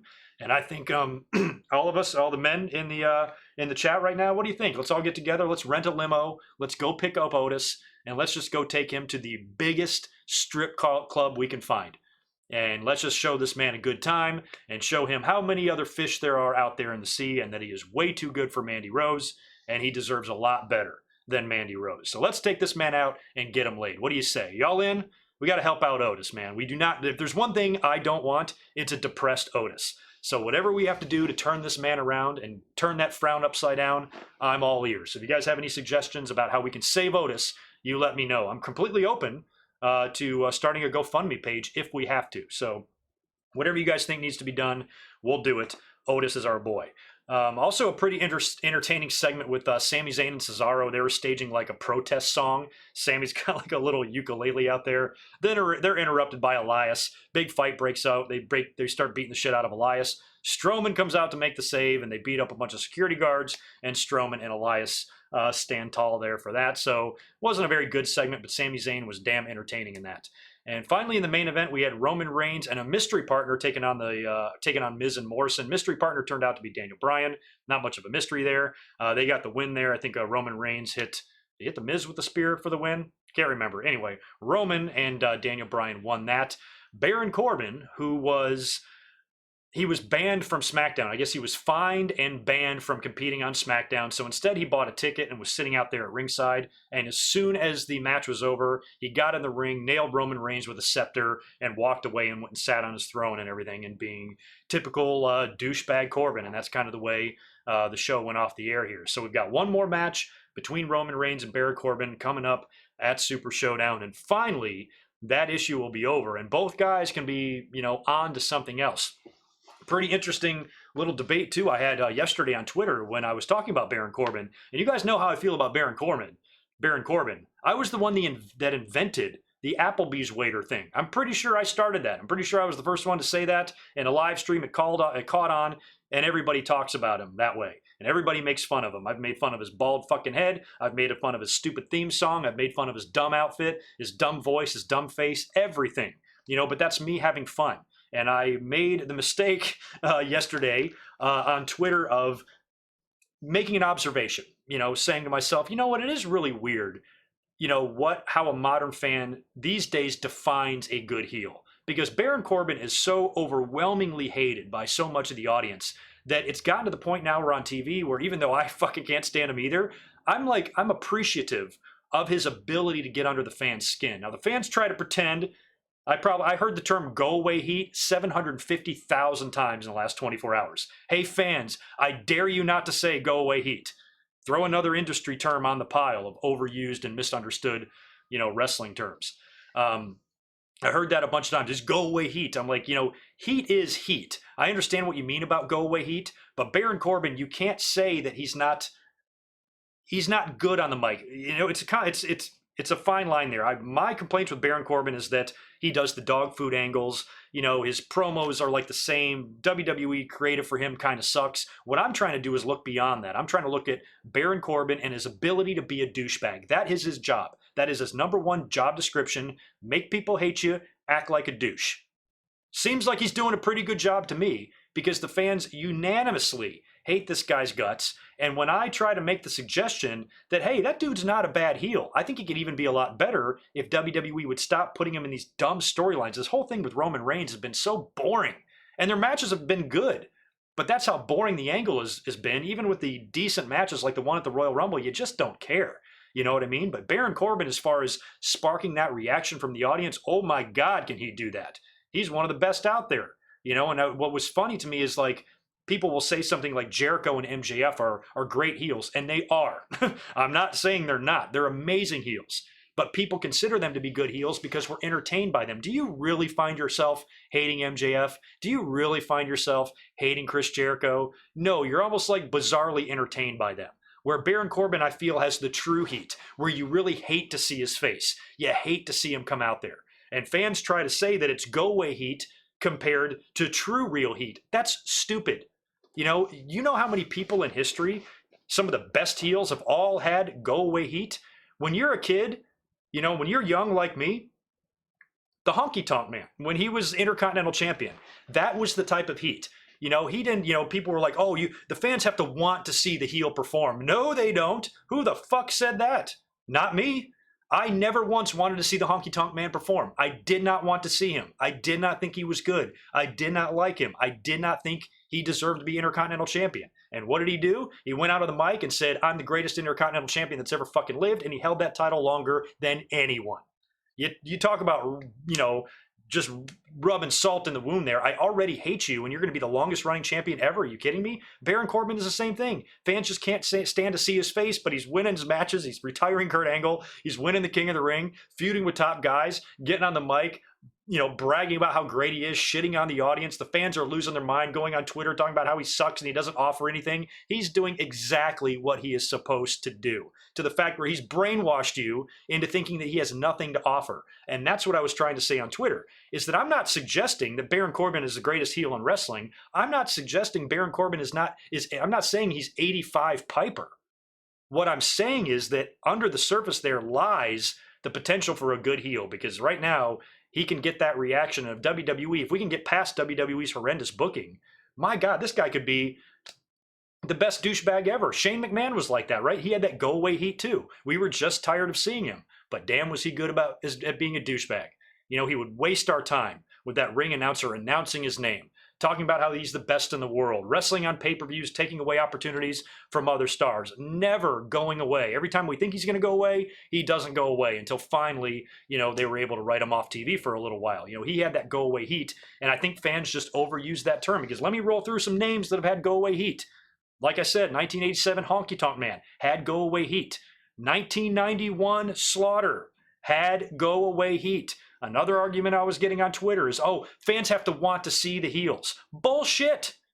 As a fan of nearly 40 years, that has never been the case for me, at least when I was young, and I wasn't smartened up to the business. There were a lot of $1 Million Man is another one. There were plenty of heels that I just didn't want to see because I couldn't stand. You know, in 1987, Honky Tonk Man was a great example of that. 1991 Slaughter is another great example of that.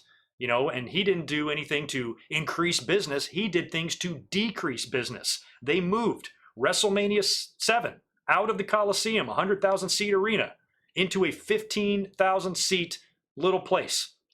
They went from a stadium to an arena because of bad ticket sales and people were just not in to that Sergeant Slaughter heel.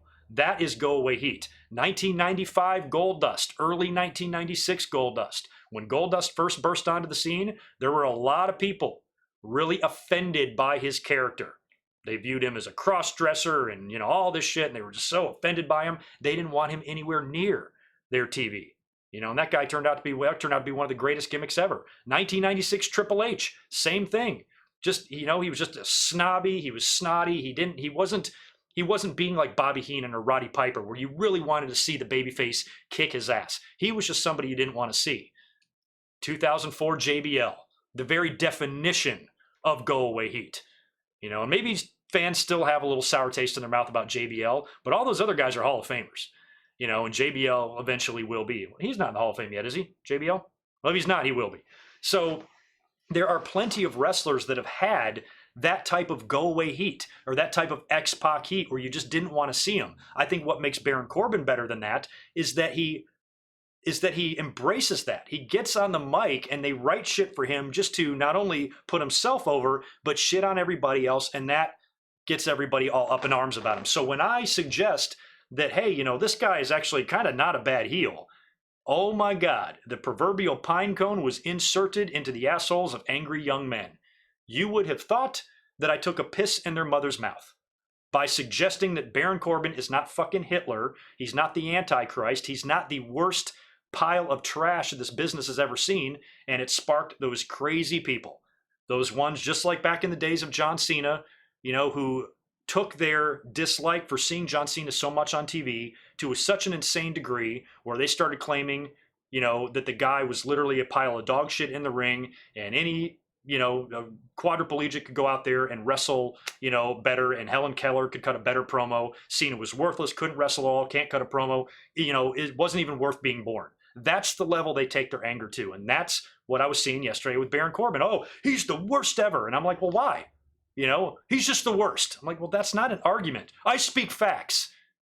You need to look up the definition. You know, you need to take this up with Webster's dictionary. I didn't invent the definition of opinions and facts.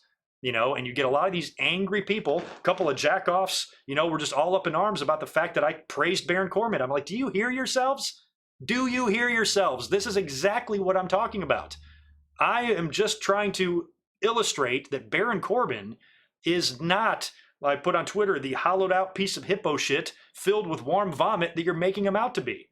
You know, he has more potential than that, and underneath there, I think lies the potential for a good heel. And I can end the debate right now, and this is the funniest part. The responses I got to this were frightening. Frightening. I was like, look, if Baron Corbin's contract was up tomorrow, would AEW sign him? You're goddamn right they would. And you wouldn't believe how many people were like, nah, they wouldn't. They'd want nothing to do with him. Are you fucking stupid? What the hell? Are your parents brother and sister?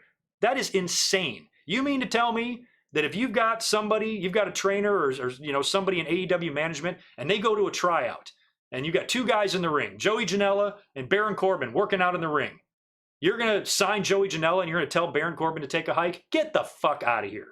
They would sign him in a minute. They would sign him, and he would be debuting on Dynamite before his foot was even out of the back door of WWE. He'd be there so fast. He'd be a great addition. And look at what all the people are saying about Baron Corbin. Well, his biggest problem is WWE writes a bunch of shit for him. Isn't that why we want people to go to AEW? Isn't that our same complaint with Jon Moxley and a lot of other guys that WWE doesn't do anything with? Hell, send them to AEW. They'll probably be pretty great. So basically what I learned here is that Baron Corbin has done such an excellent job of getting people to hate him that they've now gone to the delusional route to where they think he has zero to offer, can't wrestle, and can't cut a promo. Bull fucking shit. He can cut a promo, he can wrestle. His matches are good. Roman Reigns' matches are good too. John Cena's matches are good too. Not everyone, but most of them. And again, just like John Cena back in the day, I used to have to say this over and over, but fans wouldn't hear it. It couldn't penetrate their fucking peanut butter skulls. I would say, look, I am not saying that John Cena is Eddie Guerrero in the ring. I'm just saying to say he sucks in the ring and he has no moves and he doesn't know what he's doing is foolish and ignorant. Just balance it. They take their hate to such an extreme degree. So it's the same thing with Baron Corbin. Because you hate him so bad, all of a sudden now he can't wrestle when he can. Baron Corbin's had good matches, and WWE has done an excellent job of protecting the end of days finisher. He is good on the mic. The dialogue WWE writes for him sucks, but he's comfortable. He doesn't seem nervous, doesn't seem disingenuous. Seth Rollins is somebody that I just don't feel can connect. Or when he says something where the fans really react. Where Baron Corbin, I feel like he does. And yes, WWE's book, that whole dog food shit was dumb, of course. But that's kind of on WWE. I think putting Baron Corbin with the right guy, with a heel too, it also depends on who your opponent is. A lot of people, part of the reasons why Piper and Hogan both got as over as they did, especially Piper, the way he was attacking, Hogan and Cyndi Lauper and the Mr. T tie-in and all of that, he got so much heat for that. If he was doing that on the undercard, he was doing that to David Sammartino or something. I don't know if it would have been that over, if he would have really gotten, over as the heel that he was. So it also depends on who he works with, and people aren't really too crazy about Roman Reigns either. Baron Corbin also had that feud with Seth Rollins and Becky and Lacey Evans, last year. He hasn't, aside from winning King of the Ring, he hasn't had any really good feuds where I really even think he can showcase that. What I'm trying to look at is the foundation. What's there, his basic skills, his ring skills, his mic skills. Yes, he comes off as boring. And yes, I think he can be better, but he definitely gets fans to hate him because that was proven. I didn't even say like, hey, you fans are idiots if you think Baron Corbin is not good. He's the greatest ever. It's not what I said. All I'm saying, he's not the worst ever. And that mere suggestion triggered the most ridiculous, insane responses to the point where I'm like, you fuckers need some shock therapy. That's unhealthy to be angry to that level. Something's wrong with you. Get checked. Because nothing that I said should have sparked that much hate, that much anger, that much debate. Your head needs to go underneath microscope. Make sure there's a brain in there. Because that shit's ridiculous. And it's always what we're going to have to deal with. We're going to deal with this forever in wrestling. Dealt with it with John Cena. Dealt with it with Roman Reigns.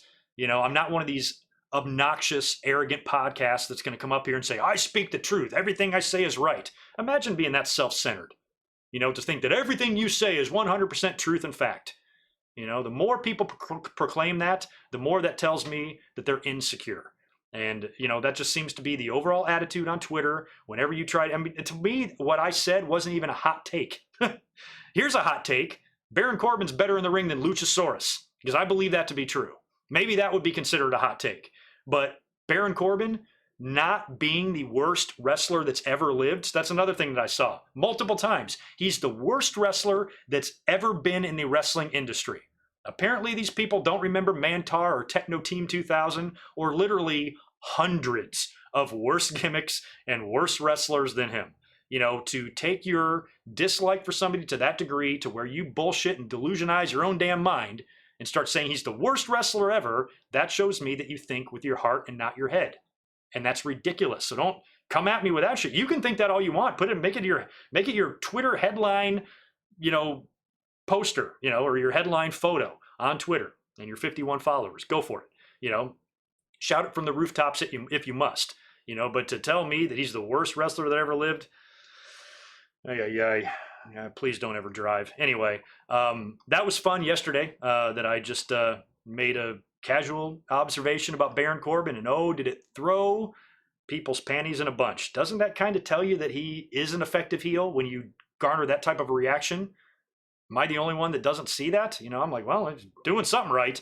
If somebody can go on Twitter and suggest that maybe he's not that bad, and you get fucking tarred and feathered in the comments. I don't know how you would define a heel, but I kind of think that's a pretty decent one. I don't really have much of an updated Super Showdown card. This is my Showdown card from last week. So I'm missing some stuff here. All I've got is Brock Lesnar, Ricochet, The Fiend and Goldberg, Morrison and The Miz against The New Day, and Baron Corbin against Roman Reigns in the Steel Cage. We might get that Bayley match, probably get a Braun Strowman match. And yeah, I meant to update that card, but we've got some time. We still got a couple of weeks before we're going to do our predictions on that. we've got Takeover coming up tomorrow night, and that's what we got to worry about first. So anyway, I think that's it for my notes. Let me just scroll through here, make sure I got everything. I think I did. I'm going to hang out here in the chat for a minute, answer a couple of questions, and see if y'all have anything else to say. Yeah, JBL pissed me off. I remember like 2004 just not wanting him around. Like, that's the thing. Like, I understand what the fans are saying about the go away heat, totally, because I've seen it multiple times before. But I can just tell, like, just the way like Twitter responses are worded, I can tell I'm dealing with young people, so they don't, they've watched a fraction of what I've watched.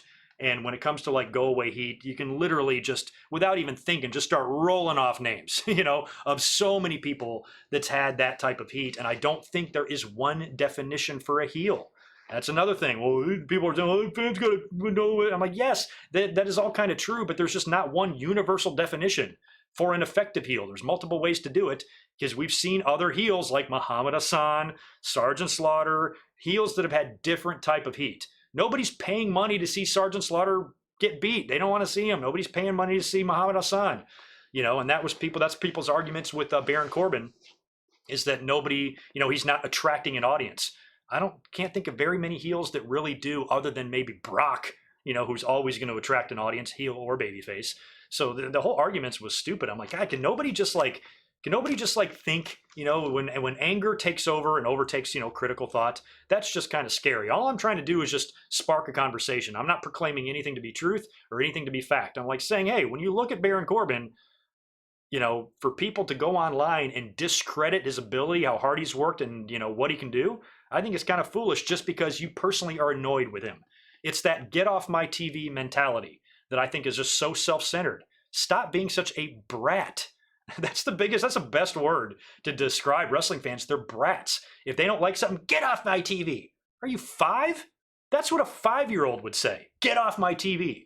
To think that you live in a world where people are going to listen to you, what you say. If you scream at the TV, they're going to say, okay, Mr. Center of the Universe over here wants me off his TV. I better get off his TV. That's just an incredibly just kind of arrogant, self-centered, bratty, dumb way of looking at things. To get off my TV, what I think matters and nobody else. It's just dumb. It's a dumb attitude. And all the fans have that shit. They're all the same. They're all angry. They're all got some pent up something or other. And like I said, seek therapy. So anyway, that's my rant on wrestling fans for this year. I only do about like 2 or 3 of these a year. So probably 2 more times. They'll piss me off. And it was really funny too. Even yesterday, before all this shit happened on social media, I was even laughing. I was reading through Twitter and I saw like a couple of Twitter beefs. And I was like, oh my God. And they seemed like it was just like going around in circles. And I'm not putting my 2 cents in or anything. I'm just kind of watching. I'm like, I'm so glad, I'm not just fucking arguing with a brain dead moron like that. And then I make the mistake of tweeting that about Baron Corbin, and holy shit, I kind of forgot how much anger exists out there. Anger, anger, anger. Anger is for amateurs. I've lived by that phrase my whole life. And I advise all of you to do the same. Anyway, Stone Cold 10X, thank you, dude, for the $2. Heels can also be people you love to hate, in my opinion. Yes, they can. That's what I'm saying. Those are the best heels in my mind. The best heels are the ones that you can love to hate. And Bobby Heenan was like that. Ric Flair wasn't always like that. A lot of people think Ric Flair was like that, but there were plenty of times when the fans wanted to murder that fucking guy. In some of the heyday of the Horsemen and stuff. But, when he was out there with a flashy suit and he's talking shit and he's, limousine ride and all that, he was fun. It's one of those guys you love to hate. Ted DiBiase was a little bit like that too. So those heels are there and they do exist, and those are the best kind. And Corbin isn't there. People don't love to hate him. They just hate him, which I still think at the end of the day accomplishes the same thing. Retro Ramos, thanks for the $2, dude. I appreciate it. Kobe Bryant Award now instead of All-Star MVP. Is that for sure? Nice. Is that All-Star game this weekend? Yeah, the Kobe thing is still rough, man. I still just cannot believe that happened. But that's nice. I'm glad, their statues need to be erected and trophies need to be, put in his name for sure. So if it's no longer the All-Star MVP, it's the Kobe Bryant. Yeah, I think that's awesome. Yeah, good.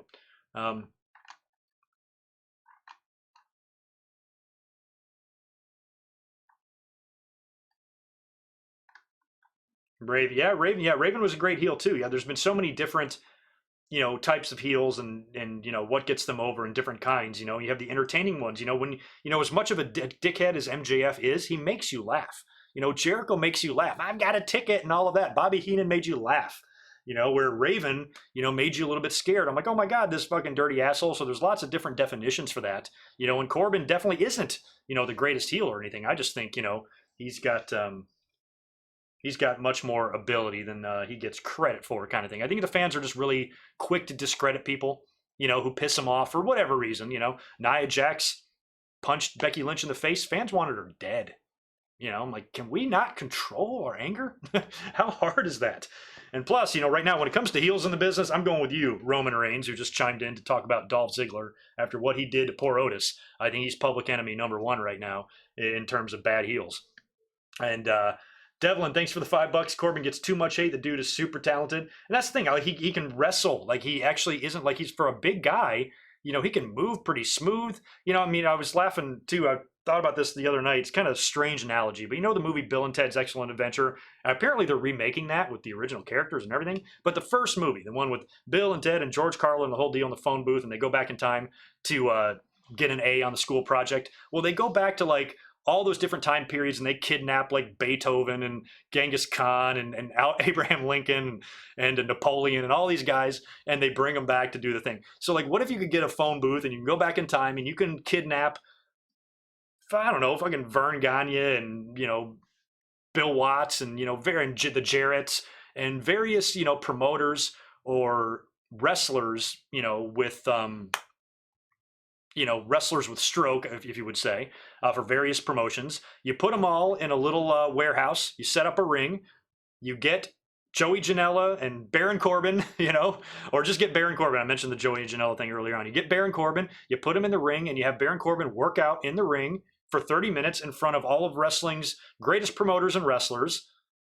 And they don't know anything about Baron Corbin. They don't know the hate that he has on social media. They just judge him in the ring. It's just him in a pair of black workout shorts, and he's in the ring doing moves.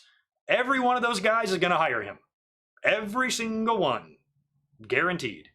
And that's just what I'm saying. That's why I think the delusion is like so over the top. AEW would want nothing to do with him. That's fucking crazy.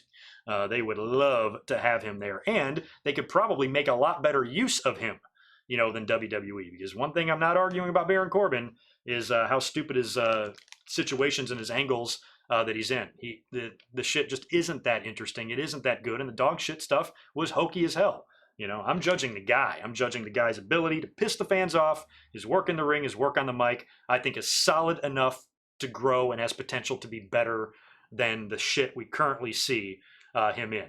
But just to be that, I just want him off my TV completely and never see him again, that's ignorant, and that's stupid. And I think we should be able to look beyond that and look a little bit beyond our anger. So, yeah, that's that. Jelly Nutella. Joey Janela's fun. He does need to get in some shape, though, man. Joey Janela, he doesn't seem like he has any desire to like get in the ring or get in better shape. I mean, he's working for a major company now. He's on national TV. Might want to do some bench presses or something, dude. I know it's kind of his gimmick to be a bad boy kind of slob, but he should at least try.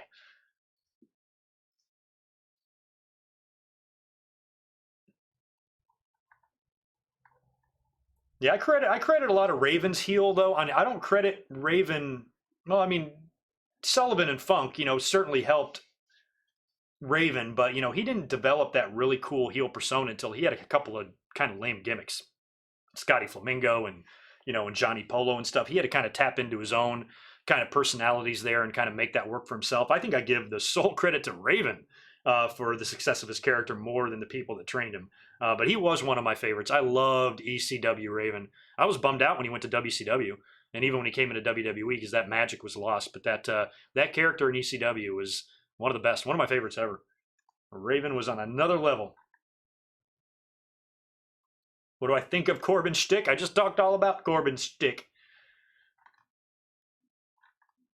Yeah, Corbin's got an annoying shtick. But you guys know, man, I always just shit on the guy because he can just really rub you the wrong way. He really can. And I think that's what's kind of good about him. I want to see that passionate response. I talked about that years ago with John Cena. I'm like, WWE, it's not like the fans are like, everybody's booing him and WWE doesn't care. I'm like, no, I don't think they don't care. I think they like it.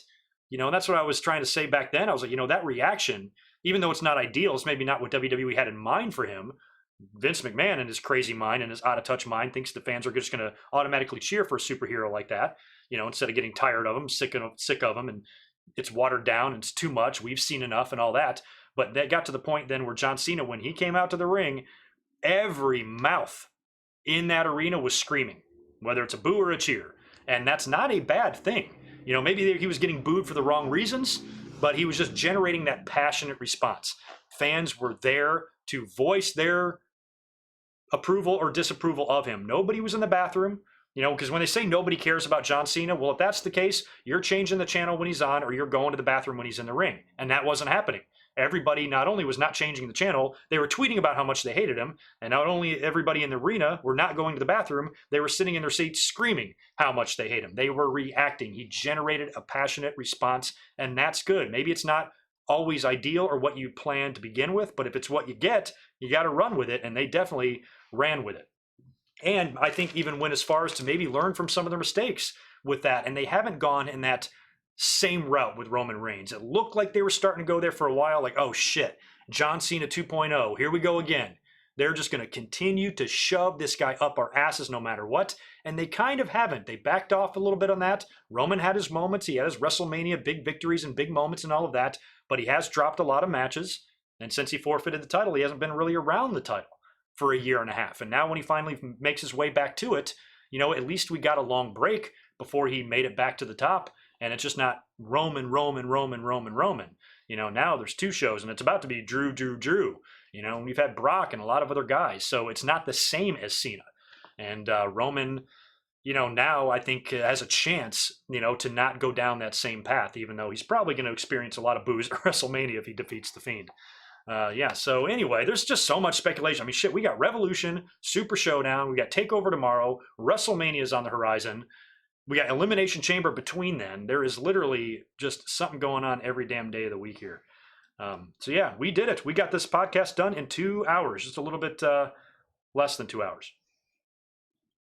Because I came up 13 minutes late for the podcast today with my technical difficulties, which I will try to work out before I come back up here tomorrow night for my NXT Takeover Portland review. My schedule tomorrow is a little bit strange and a little bit up in the air. There's a slight chance my Takeover Portland review could be a little bit later, but maybe not. I should be up here on time, but we'll be up here tomorrow night to talk about the Takeover show. That should be fun.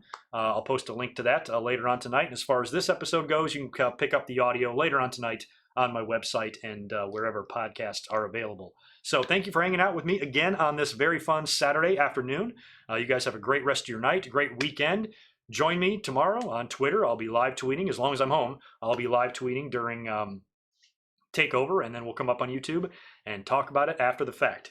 Y'all have a good rest of your day. I'll talk to you in about 24 hours. Y'all be good. Peace.